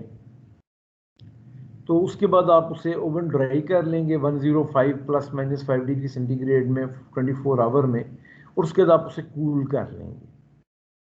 जब कूल कर लेंगे तो अब आपका जो है ड्राई टेस्टिंग आप इस तरह कर सकते हैं, और अगर आपने वो ड्राइंग जो है ना वो आप फॉर ड्राई टेस्टिंग के लिए आप इसको कर लेंगे, ठीक है। अगर आपने पहले वाले तरीके में जिस तरह आपको बताया कि आपने उसको 72 घंटे तक 20 या 30 डिग्री सेंटीग्रेड के अंदर आपने करना है, तो वो उसके बाद जब आप उसे निकाल के टेस्ट करेंगे तो वो सैचुरेटेड कंडीशन टेस्टिंग है। तो कई ऐसी जगह हैं जिस जगह पर सैचुरेटेड कंडीशन टेस्टिंग होती है और कहीं ड्राई होती है। तो सैचुरेटेड कंडीशन टेस्टिंग जो है वो मिसाल आपने हार्बर्स में यूज़ करना है या आपने कोई फाउंडेशंस में ऐसे यूज़ करना है जिधर वाटर लॉगिंग एरिया है, तो उस जगह के लिए आप सेचूरेटेड कंडीशन कर लेंगे। बेहतर ये होता है कि आप अगर आपने नीचे फाउंडेशंस में करना है तो आप उसे, या आपने कोर ऑफ द डैम में यूज़ करना है तो आप उसको दोनों तरीक़ों से दोनों उसके टेस्ट कर लें, और उसके करने के बाद तो आप उसको रिपोर्ट कर लें कि इसके क्या है। तो टेस्टिंग लोड ग्रेजुअली इंक्रीज़ करते हैं 13.7 न्यूटन पर मिलीमीटर स्क्वायर पर मिनट, जब तक कि वो टूट नहीं जाता। जब वो टूट जाता है तो मैक्सिमम लोड जो होता है उसको हम एरिया से उसके डिवाइड कर लेते हैं, तो आपको कंप्रेसिव स्ट्रेंथ आती है। मिसाल के तौर पर अगर एक मतलब कि 4 इंच बाई 4 इंच का अगर होता, वो मिसाल एक दे रहा हूँ मैं आपको, तो वो उसका टोटल एरिया जो सरफेस एरिया है वो हो जाता 16 इंच स्क्वायर। तो अगर उसका जो है वो 16,000 पाउंड्स के ऊपर वो टूटा, तो 16,000 डिवाइडेड बाय 16 अगर आप करेंगे तो वो आपको PSI में 1,000 PSI उसकी स्ट्रेंथ आ गई। इसी तरह अगर वो 32,000 आ गई, 32,000 पाउंड आपने उस पर लोड डाला, तो 32,000 पाउंड लोड डालने के बाद तो अगर वो क्रश होता है तो उसका मतलब है कि 2,000 PSI पाउंड पर स्क्वायर इंचेस, क्योंकि आपने उसको डिवाइड कर दिया इंच बाई इंच जितना एरिया है उससे, तो पर इंच स्क्वायर उसके ऊपर उसका आपको आ जाएगा। अगर आप ये मिलीमीटर में करेंगे तो आप न्यूटन पर मिलीमीटर, आप उसके ऊपर जितना न्यूटन वज़न डालेंगे तो उसको आप डिवाइड करेंगे उसके एरिया से, तो उसको आपको पता चल जाएगा। ये 40/40 के बजाय 40/40 मिलीमीटर अगर आप उसको करेंगे तो उसका 1600 उसका मिलीमीटर आ जाएगा, 4 चौके 1600 उसका मिलीमीटर स्क्वायर आ जाएगा। तो डिवाइड बाय 1600 जितने न्यूटन डाले हैं उससे डिवाइड करेंगे तो आपको उसका आ जाएगा कि कितना है। तो वो जितना भी उसका वज़न होगा, जितना भी उसके ऊपर वज़न वो बियर करेगा उसको आप रिकॉर्ड कर लें। ये देखें उन्होंने इसको रखा है इस जगह पर, एक तस्वीर आपके सामने आ रही है। वो पीस को रख के ऊपर से उसको वज़न लगाते जाएंगे तो एक वक्त आएगा कि ये टूट जाएगा, तो लोड उसके जो है ना नीचे वाला फिक्स्ड होता है, ऊपर वाला मूव करता है पिस्टन से। तो ऊपर वाला जब मूव करता है तो प्रेशर बढ़ता जाता है उसके ऊपर, तो फोर्स पर यूनिट एरिया बढ़ता बढ़ता बढ़ता तो एक वक्त आता है कि वो टूट जाता है। तो उस तरह वो आप उसे रिकॉर्ड कर लेते हैं। फिर एक एट्रिशन अब्रेशन टेस्ट है, लॉस एंजल्स अब्रेशन टेस्ट इस तरह, उस तरह एक एट्रिशन अब्रेशन टेस्ट है। ये डेवाल एक मशीन है, उसके ऊपर डेवाल एट्रिशन टेस्ट के अंदर आप एक sample of the stone is broken into pieces of about 60 centimetre in size, 60 millimetre sorry 60 millimeter in size. Such pieces of weighing 50 Newton are then put in Deval's attrition testing machine. उसके बाद उनको आपने close कर देते हैं। उसके बाद उसका एक्सिस जो होता है 30 डिग्री विद दी हॉरिजॉन्टल बनाता है। उसके बाद उसको आप रोटेट करते हैं 5 घंटे तक 30 रेवोल्यूशंस पर मिनट के हिसाब से। तो उसके बाद आप क्या करते हैं कि आप उसके contents are then taken out of the cylinder and pass through 1.5 millimetre mesh. The quantity of material retained on sieve is then weighed. The wear is then found as loss in weight divided by initial weight. यानी जो उसका wait आया अब, तो उसमें से जो निकल गया 1.5 मिलीमीटर में से वो माइनस हो गया, तो अब टोटल वेट जो होगा वो पहले वेट से कम होगा। तो उस वेट के दरमियान जो फ़र्क आएगा वो जो है परसेंटेज के अंदर, वो परसेंटेज वियर उसको हम कहेंगे। इम्पैक्ट वैल्यू टेस्ट ये आपको हम लेबोरेटरी में भी करवाएंगे कि impact value test is carried to determine the toughness of stones. A cylinder of diameter 25 millimetre and height 25 millimetre is taken out from the sample of stone and weighed. ये Dorry's का है, लेकिन हम इसे दूसरी तरह से आपको इम्पैक्ट टेस्ट कराएंगे। डोरीज टेस्टिंग मशीन में उसके ऊपर वजन डाला जाता है 1250 ग्राम का। Annular steel disc of the machine is then rotated at a speed of 28 revolution per minute. उस rotation में coarse sand of standard specification is sprinkled on top of the disc. After 1000 revolutions, the specimen is taken out and weighed. Coefficient of hardness is found. The coefficient of hardness is equal to 20 minus loss in weight in gram divided by 3. और भी test है, Smith test है, acid test है, freezing and thawing test है, fire resistant test है, electrical resistant test है। जो मुख्तलिफ टेस्ट हैं जो आप कर सकते हैं लेकिन हम उस डिटेल में नहीं जा रहे। तो आगे आपको इनके नाम पता होने चाहिए इन टेस्टों के, और आपको थोड़ा बहुत पता होना चाहिए कि क्या किस तरह से काम करते हैं।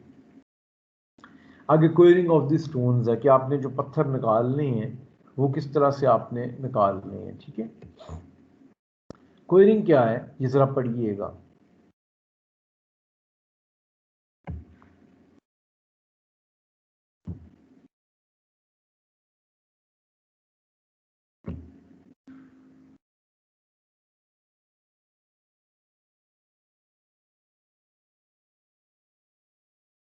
सीआर साहब आज लोग कम आए हैं, आज 61 अटेंडीज आ रहे हैं मेरे पास।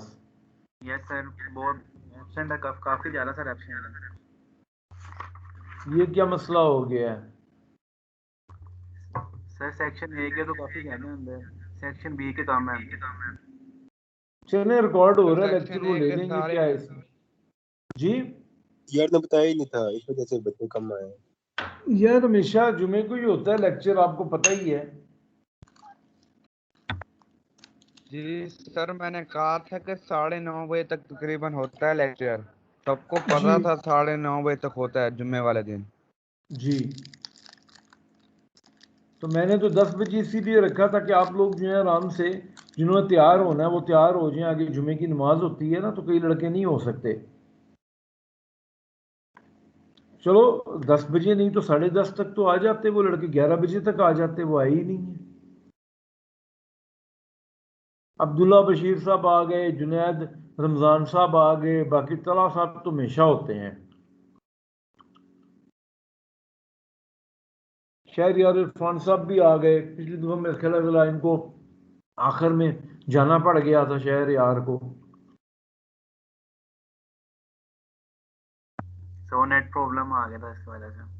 जी तो वो नेट प्रॉब्लम था, मैं जरा गाँव गया हुआ था तो इस वजह से एंड पे मैं वो डिस्कनेक्ट हो गया था। जी मुझे पता चला था। चलें अभी तो आप हैं, कोई मसला नहीं है, आप आए तो थे ना।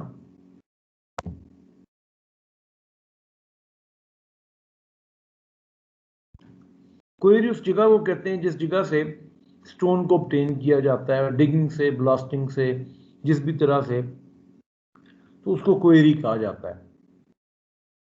और क्वेरिंग क्या है? An art of extracting from the rock bed stones of different varieties used for general building work and broken stones for road and concrete work etc. जो है उसको कहा जाता है क्वेरिंग। अब ये किस तरह किया जाता है, इसके लिए मुख्तलिफ टूल्स हैं। ये टूल्स आपके सामने हैं।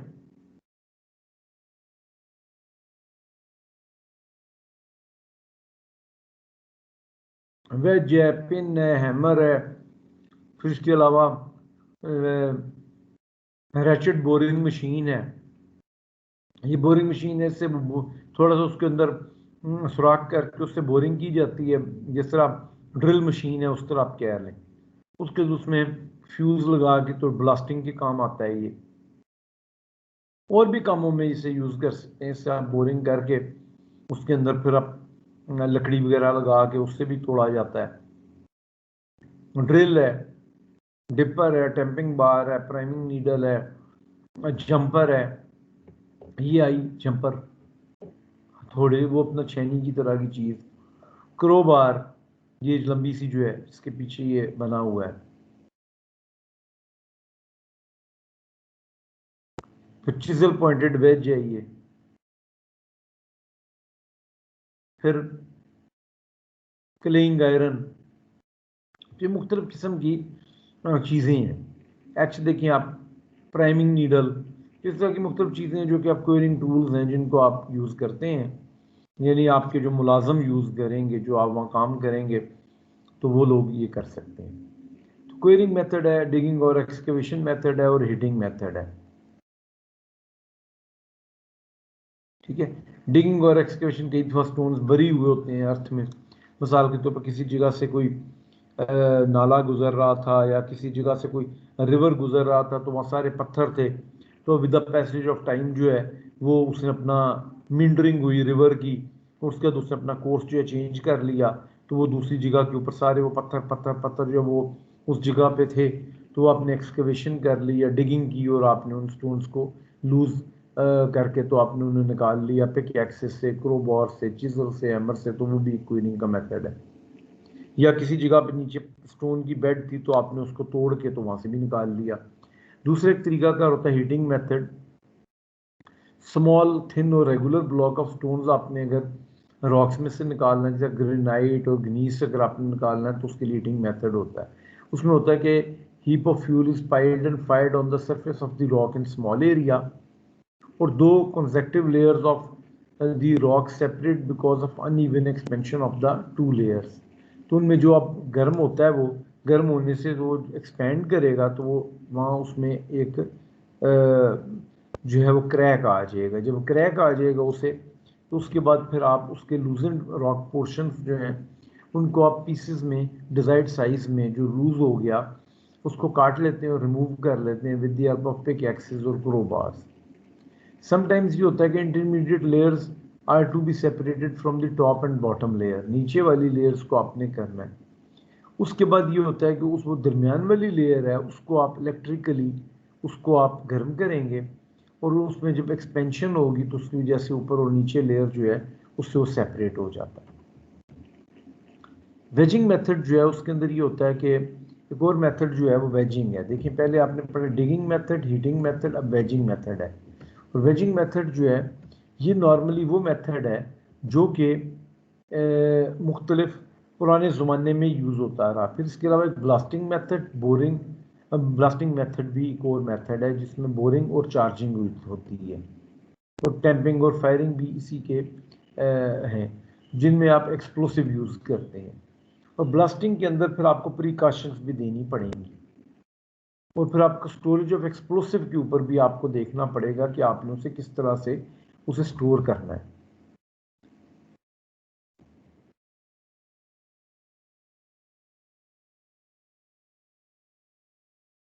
तो हम जो कोयरिंग मेथड है, वेजिंग मेथड जो है इस पर अब हम जाएंगे, क्योंकि हमने ये डिगिंग और एक्सकेवेशन मेथड और हीटिंग मेथड जो है वो देख ली है कि ये किस तरह से काम करता है।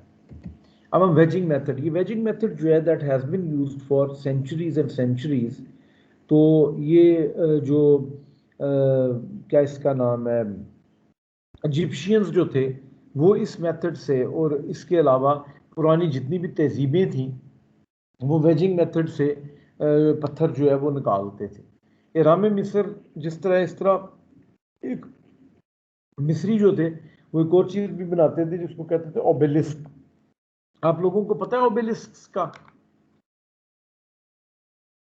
ओबेलिस्क का पता है भाई आपको?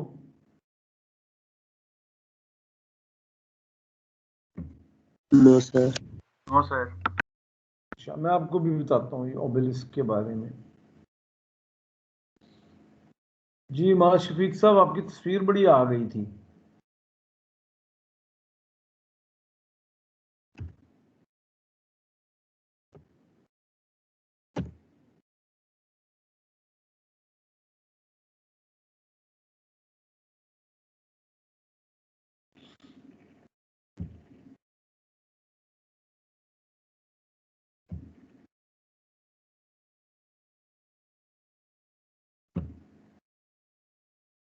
ये अब आपके सामने ओबेलिस्क लिखा आ गया भाई?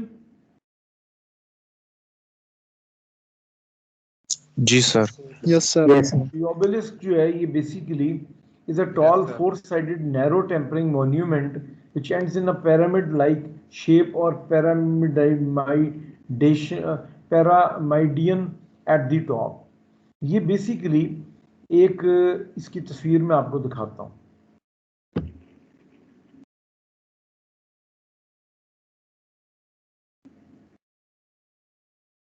देखिए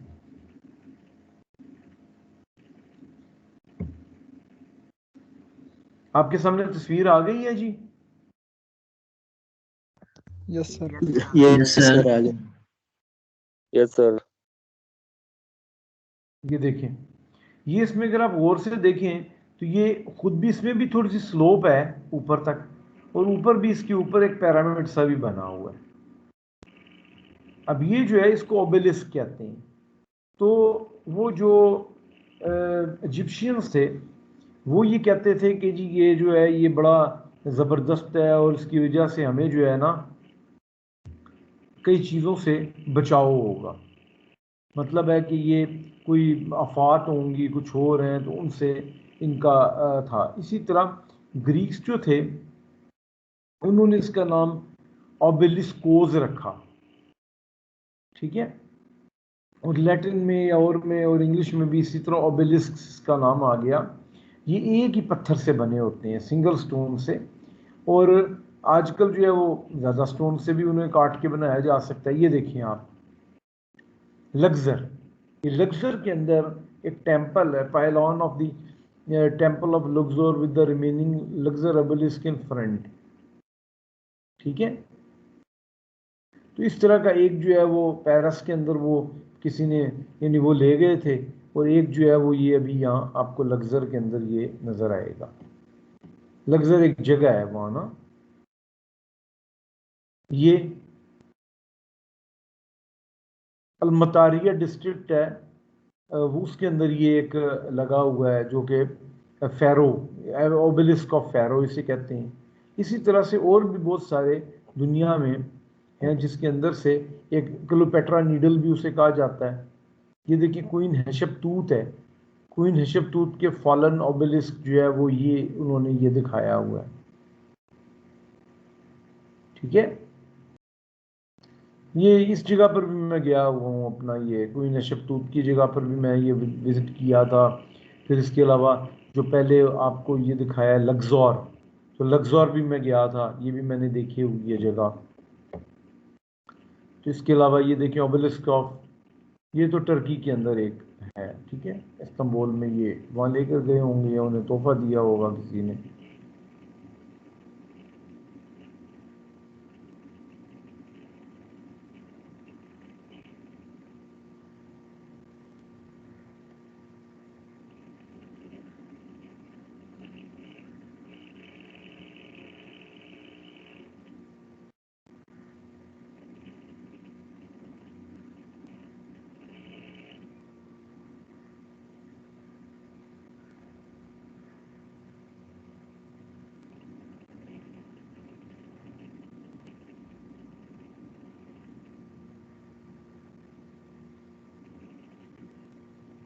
अच्छा जी,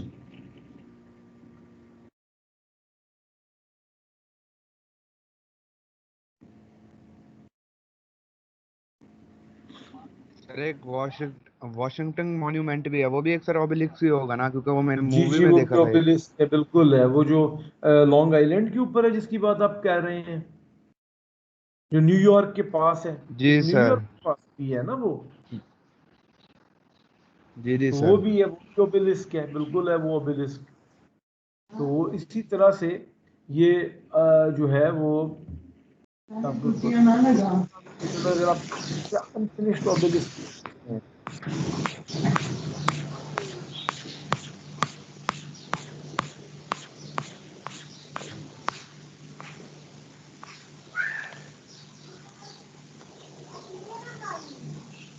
ये देखिए मैं इधर भी गया हुआ हूँ, ये अनफिनिश्ड ओबेलिस्क इन इजिप्ट, ये आप लिख लें जरा। असवान, असवान वो जो है उधर एक डैम भी बना हुआ है, ठीक है।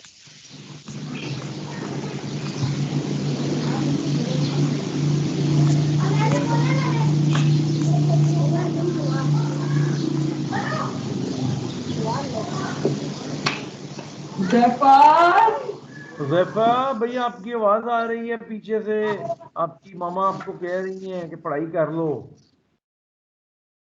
हुज़ैफा, हुज़ैफा तो भाग ही गया। अच्छा जी, तो ये बात है, कोई बात नहीं, इसका तो हमारे घर में भी वालदा बुला सकती हैं आप। मतलब है कि वालदा तो मेरी अब जिंदा नहीं है, लेकिन ये है कि अबू बुला सकते हैं, तो मुझे जाना पड़ेगा। तो ये है कि चला इंटरेस्टिंग गया दही लेने, है जी। चला गया दही लेने। ठीक है, दही लेने चला गया, अच्छी बात है। अच्छा जी, तो interesting facts about the unfinished obelisk.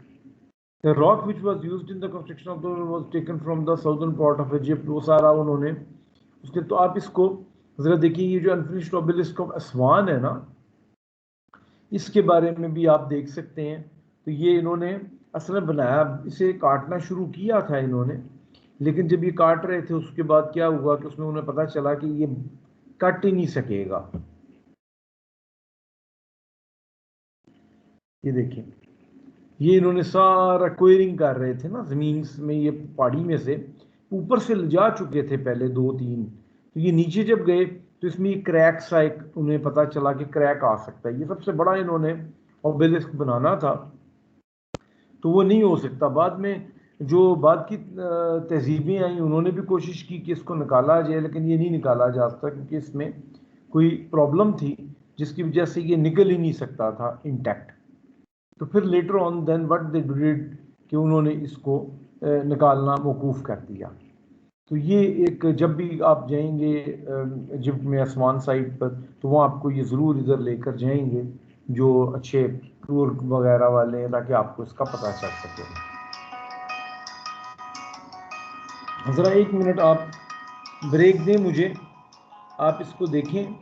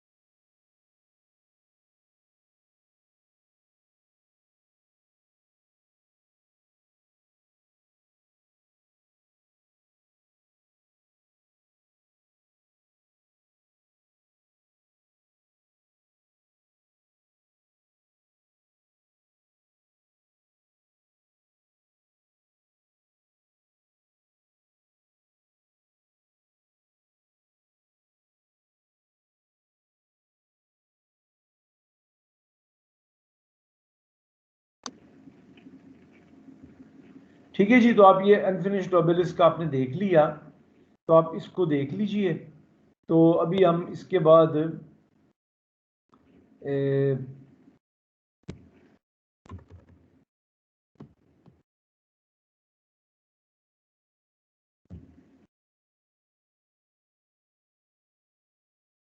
ठीक है, तो ये आप जब लिखेंगे अनफिनिश्ड ओबेलिस्क इन असवान, तो आपको पूरे का पूरा वो आपको बता देंगे किस तरह से ये हुआ।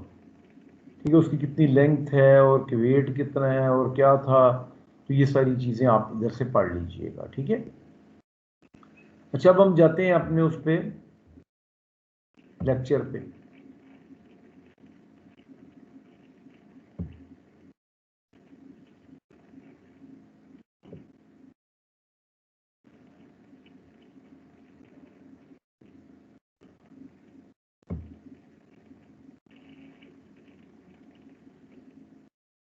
ठीक है जी, अच्छा इसमें अब ये wedging method, this method of quarrying is suitable for costly soft and stratified rocks such as sandstone, limestone, laterite, marble and slate. About 10 to 15 centimeter deep holes at around 10 centimeter spacing are made vertically in the rock. Steel pins and wedges or plugs, conical wedges and feeders, flat wedges are inserted in them. अब उसमें steel pins और wedges वगैरह जो है ना आप वो उसमें डालते हैं। उस मुख्तलिफ लोग जो हैं उनके हैमर्स होते हैं, वो उनसे सारे के सारे लोग एक वक्त में ही साइमल्टेनियसली उसके ऊपर या तो वो लोग स्ट्रक करेंगे या फिर ये है कि उसके ऊपर कोई बीम वगैरह रख के तो उसके ऊपर से जोर लगाया जाएगा ताकि यूनिफॉर्मली डिस्ट्रीब्यूटेड लोड जो है वो उसके ऊपर इफेक्ट हो। तो वो जब यूनिफॉर्मली डिस्ट्रीब्यूटेड लोड उसके ऊपर हो तो वो तो रॉक स्लैब जो है वो स्प्लिट हो जाती है lines of least resistance through holes. तो वो एक दूसरे को जो ज्वाइनिंग लाइन होती है उसके अंदर वो पूरे की पूरी वहां से टूट जाती है और वो पूरा सेपरेट हो जाता है।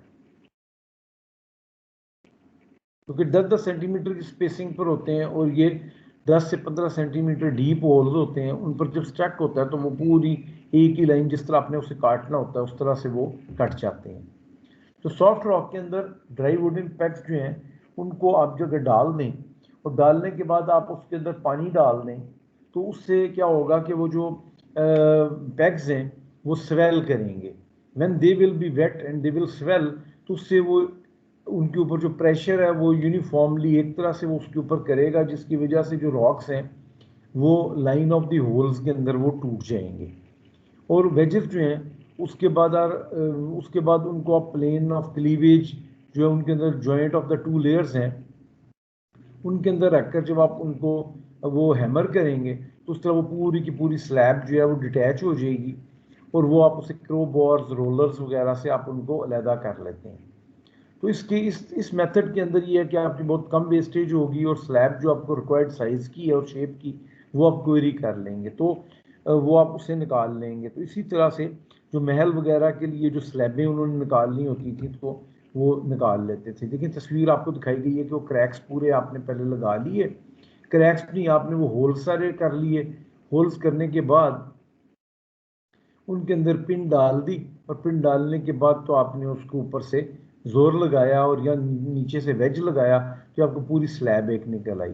तो अगर आप इसको अगर सॉफ्ट स्टोन होगा तो उसके अंदर लकड़ी जो है वो प्लग करके पानी जब देंगे तो पानी की वजह से वो एक्सपेंड होगी, जब वो एक्सपेंड होगी तो वो उसके अंदर क्रैक होकर तो पूरे की पूरी कट जाएगी और ये पूरा आप उसे पहले एक बेड जो बनाया होगा ये साइड पर बेड तो उसके अंदर फिर वो पूरी आप निकाल के उसे तो आप उसे यूज़ कर सकते हैं।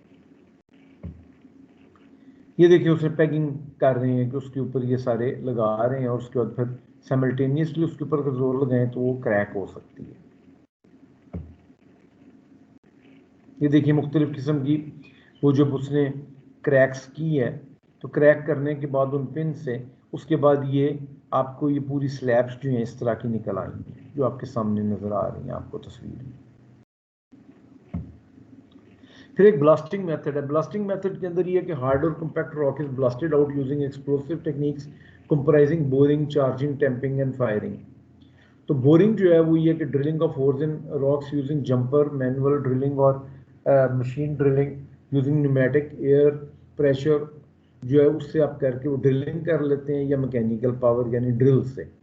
उसके बाद आप उसमें एक्सप्लोसिव चार्ज डालते हैं। डालने के बाद डिजायर्ड लोकेशंस के ऊपर उसकी क्वांटिटी, उसके अंदर कितना आपने उसमें एक्सप्लोसिव डालना है, वो डिपेंड करेगा कि आपको कितने आपने उसे कितनी दूर दूर उनको रखा हुआ है, या किस तरह से आपने उसे तोड़ना है। उसके बकायदा चार्ट्स बने होते हैं जिनसे आप उसमें उतना एक्सप्लोसिव डालते हैं कि कितना डेप्थ का होल है और कितनी दूर दूर है। तो सारा एक चार्ट होता है, उस हिसाब से आप उसमें होल करते हैं, उसमें वो एक्सप्लोसिव डालते हैं। तो quantity depends upon explosive strength, blasting method, type of holes, type and mass of rock.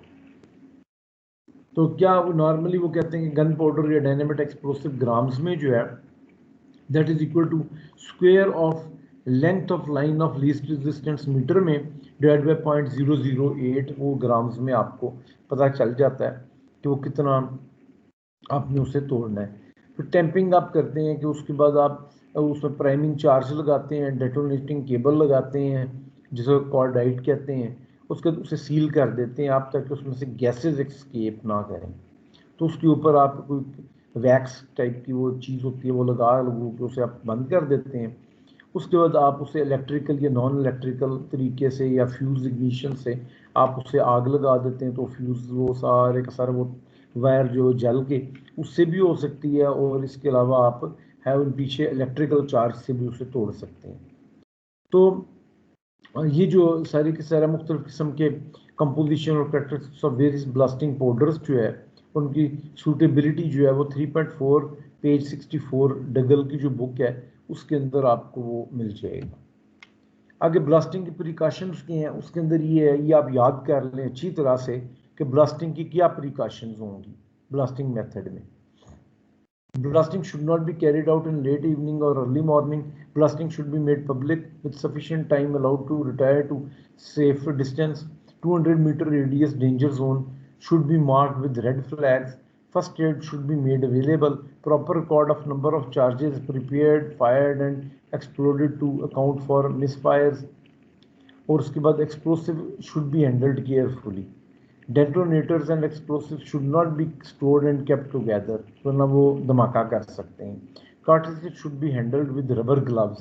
उनको अपने सादा हाथों से नहीं पकड़ना, क्योंकि उससे आपके हाथ जो है उनकी स्किन उन लोगों की डैमेज हो सकती है अगर उसमें से कोई लीकेज हो रहा है। तो इसलिए आपने उन कार्ट्रिज को रबर ग्लव्स के साथ करना है, ताकि वो लोगों के हाथों की स्किन ख़राब ना हो और उस पर कोई ऐसा केमिकल ना लगे जो कि उनके सांस में चला जाए कोई और इस तरह का हो। क्योंकि हमारे लोग कई दफ़ा हाथ धोने में भी एहतियात नहीं करते, इसलिए वो बाकायदा ग्लव्स होंगे तो उनका के बाद हाथ भी धोए जाएँ उनके। तो maximum of 4 bore holes should be exploded at a time and that too successively and not simultaneously. Simultaneously धमाका इतना होगा कि क्रैक होके या उससे जो धमाके की वजह से वो, इसको हम कहते हैं कंट्रोल्ड ब्लास्टिंग, उसमें आपने टेक्निक इस्तेमाल करनी है। और स्टोरेज, अब ये तो हमने ब्लास्टिंग प्रिकॉशंस देख ली, तो अब हमने एक्सप्लोसिव जो है उनके स्टोरेज के अंदर आपने क्या प्रिकॉशंस करनी है। Explosive should be stored in a magazine. Special type of building बनानी चाहिए जिसके अंदर इलेक्ट्रिकल शॉक्स और चीज़ें ना हों। Which should be away from residential area, petrol depot वगैरह, ताकि अगर धमाका हो तो ऐसा ना हो कि उससे कोई आपके पेट्रोल डिपो को आग लग जाए और उससे और ज़्यादा प्रॉब्लम्स हो जाए। Magazine should have ventilators at high level and should have concealed wiring. जितनी भी वायरिंग हो ओपन ना हो, क्योंकि उसमें स्पार्क की वजह से आग लग सकती है। इसलिए वो जो भी चीज़ें हैं वो आपने स्टोर करनी है तो वो बंद वायरिंग हो, यानी वो दीवारों के अंदर हो जिसमें से स्पार्क का ख़तरा ना हो। Magazine should be protected from lightning, यानी उसमें मैगजीन जो है उसमें लाइटनिंग जो है उससे बचना चाहिए। वो इलेक्ट्रिकल और वो जो आसमानी बिजली वगैरह उनसे भी उसे बचाना चाहिए। स्मोक और fire should not be allowed in the near by area, क्योंकि उससे अगर कोई मतलब है कि सिगरेट वगैरह भी लोग ना पिए, वहाँ फायर भी ना जलाएं उस कमरे में उसके इर्द गिर्द, क्योंकि उससे भी अगर हो सकता है कि आग लग सके। Explosive should be protected from extreme heat और cold and also from moisture. तो इसलिए उसमें डिह्यूमिडिफायर भी लगाए जाएँ, उसके अंदर मॉइस्चर ना हो। उसके अलावा वो जो कमरे हैं उनमें हीट बहुत ज़्यादा ना हो। जो बहुत हीटेड इलाकों के अंदर है उसके अंदर बाकायदा ऊपर प्रोटेक्शन की जाए, डबल छत की जाए, उसमें इस तरह किया जाए कि वो उस पर डायरेक्टली हीट उस कमरे के ऊपर ना पड़े, उसके ऊपर बाकायदा प्रॉपरली प्रिकॉशंस की जाए। They should be handled carefully and gently, और magazine should be surrounded by barbed wire and the entry should be restricted। हर एक बंदा ना आए जाए कि ऐसा ना हो कि दहशतगर्द आ जाए और उसकी वजह से प्रॉब्लम्स हो सकें।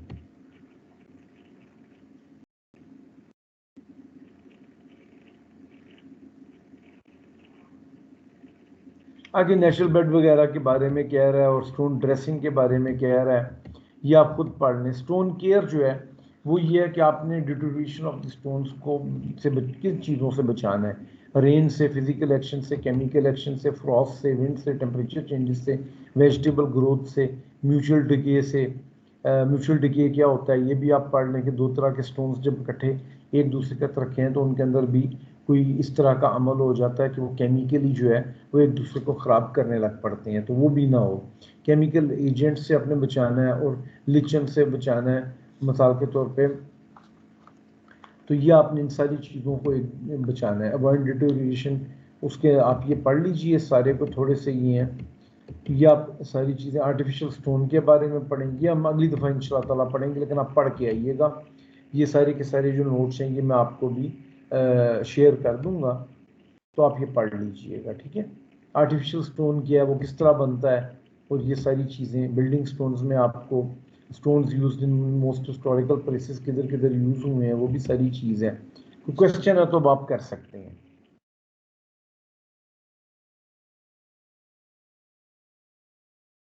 हेलो।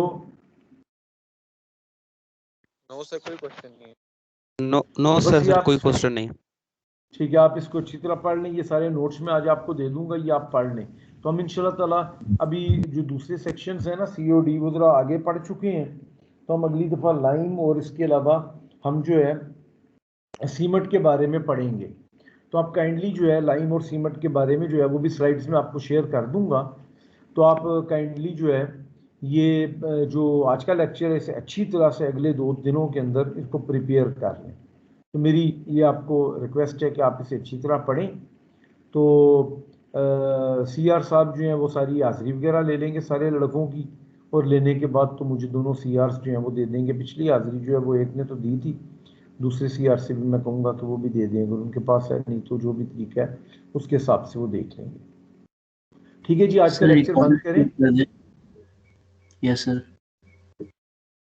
ठीक है, तो मैं रिकॉर्डिंग बंद कर रहा हूँ।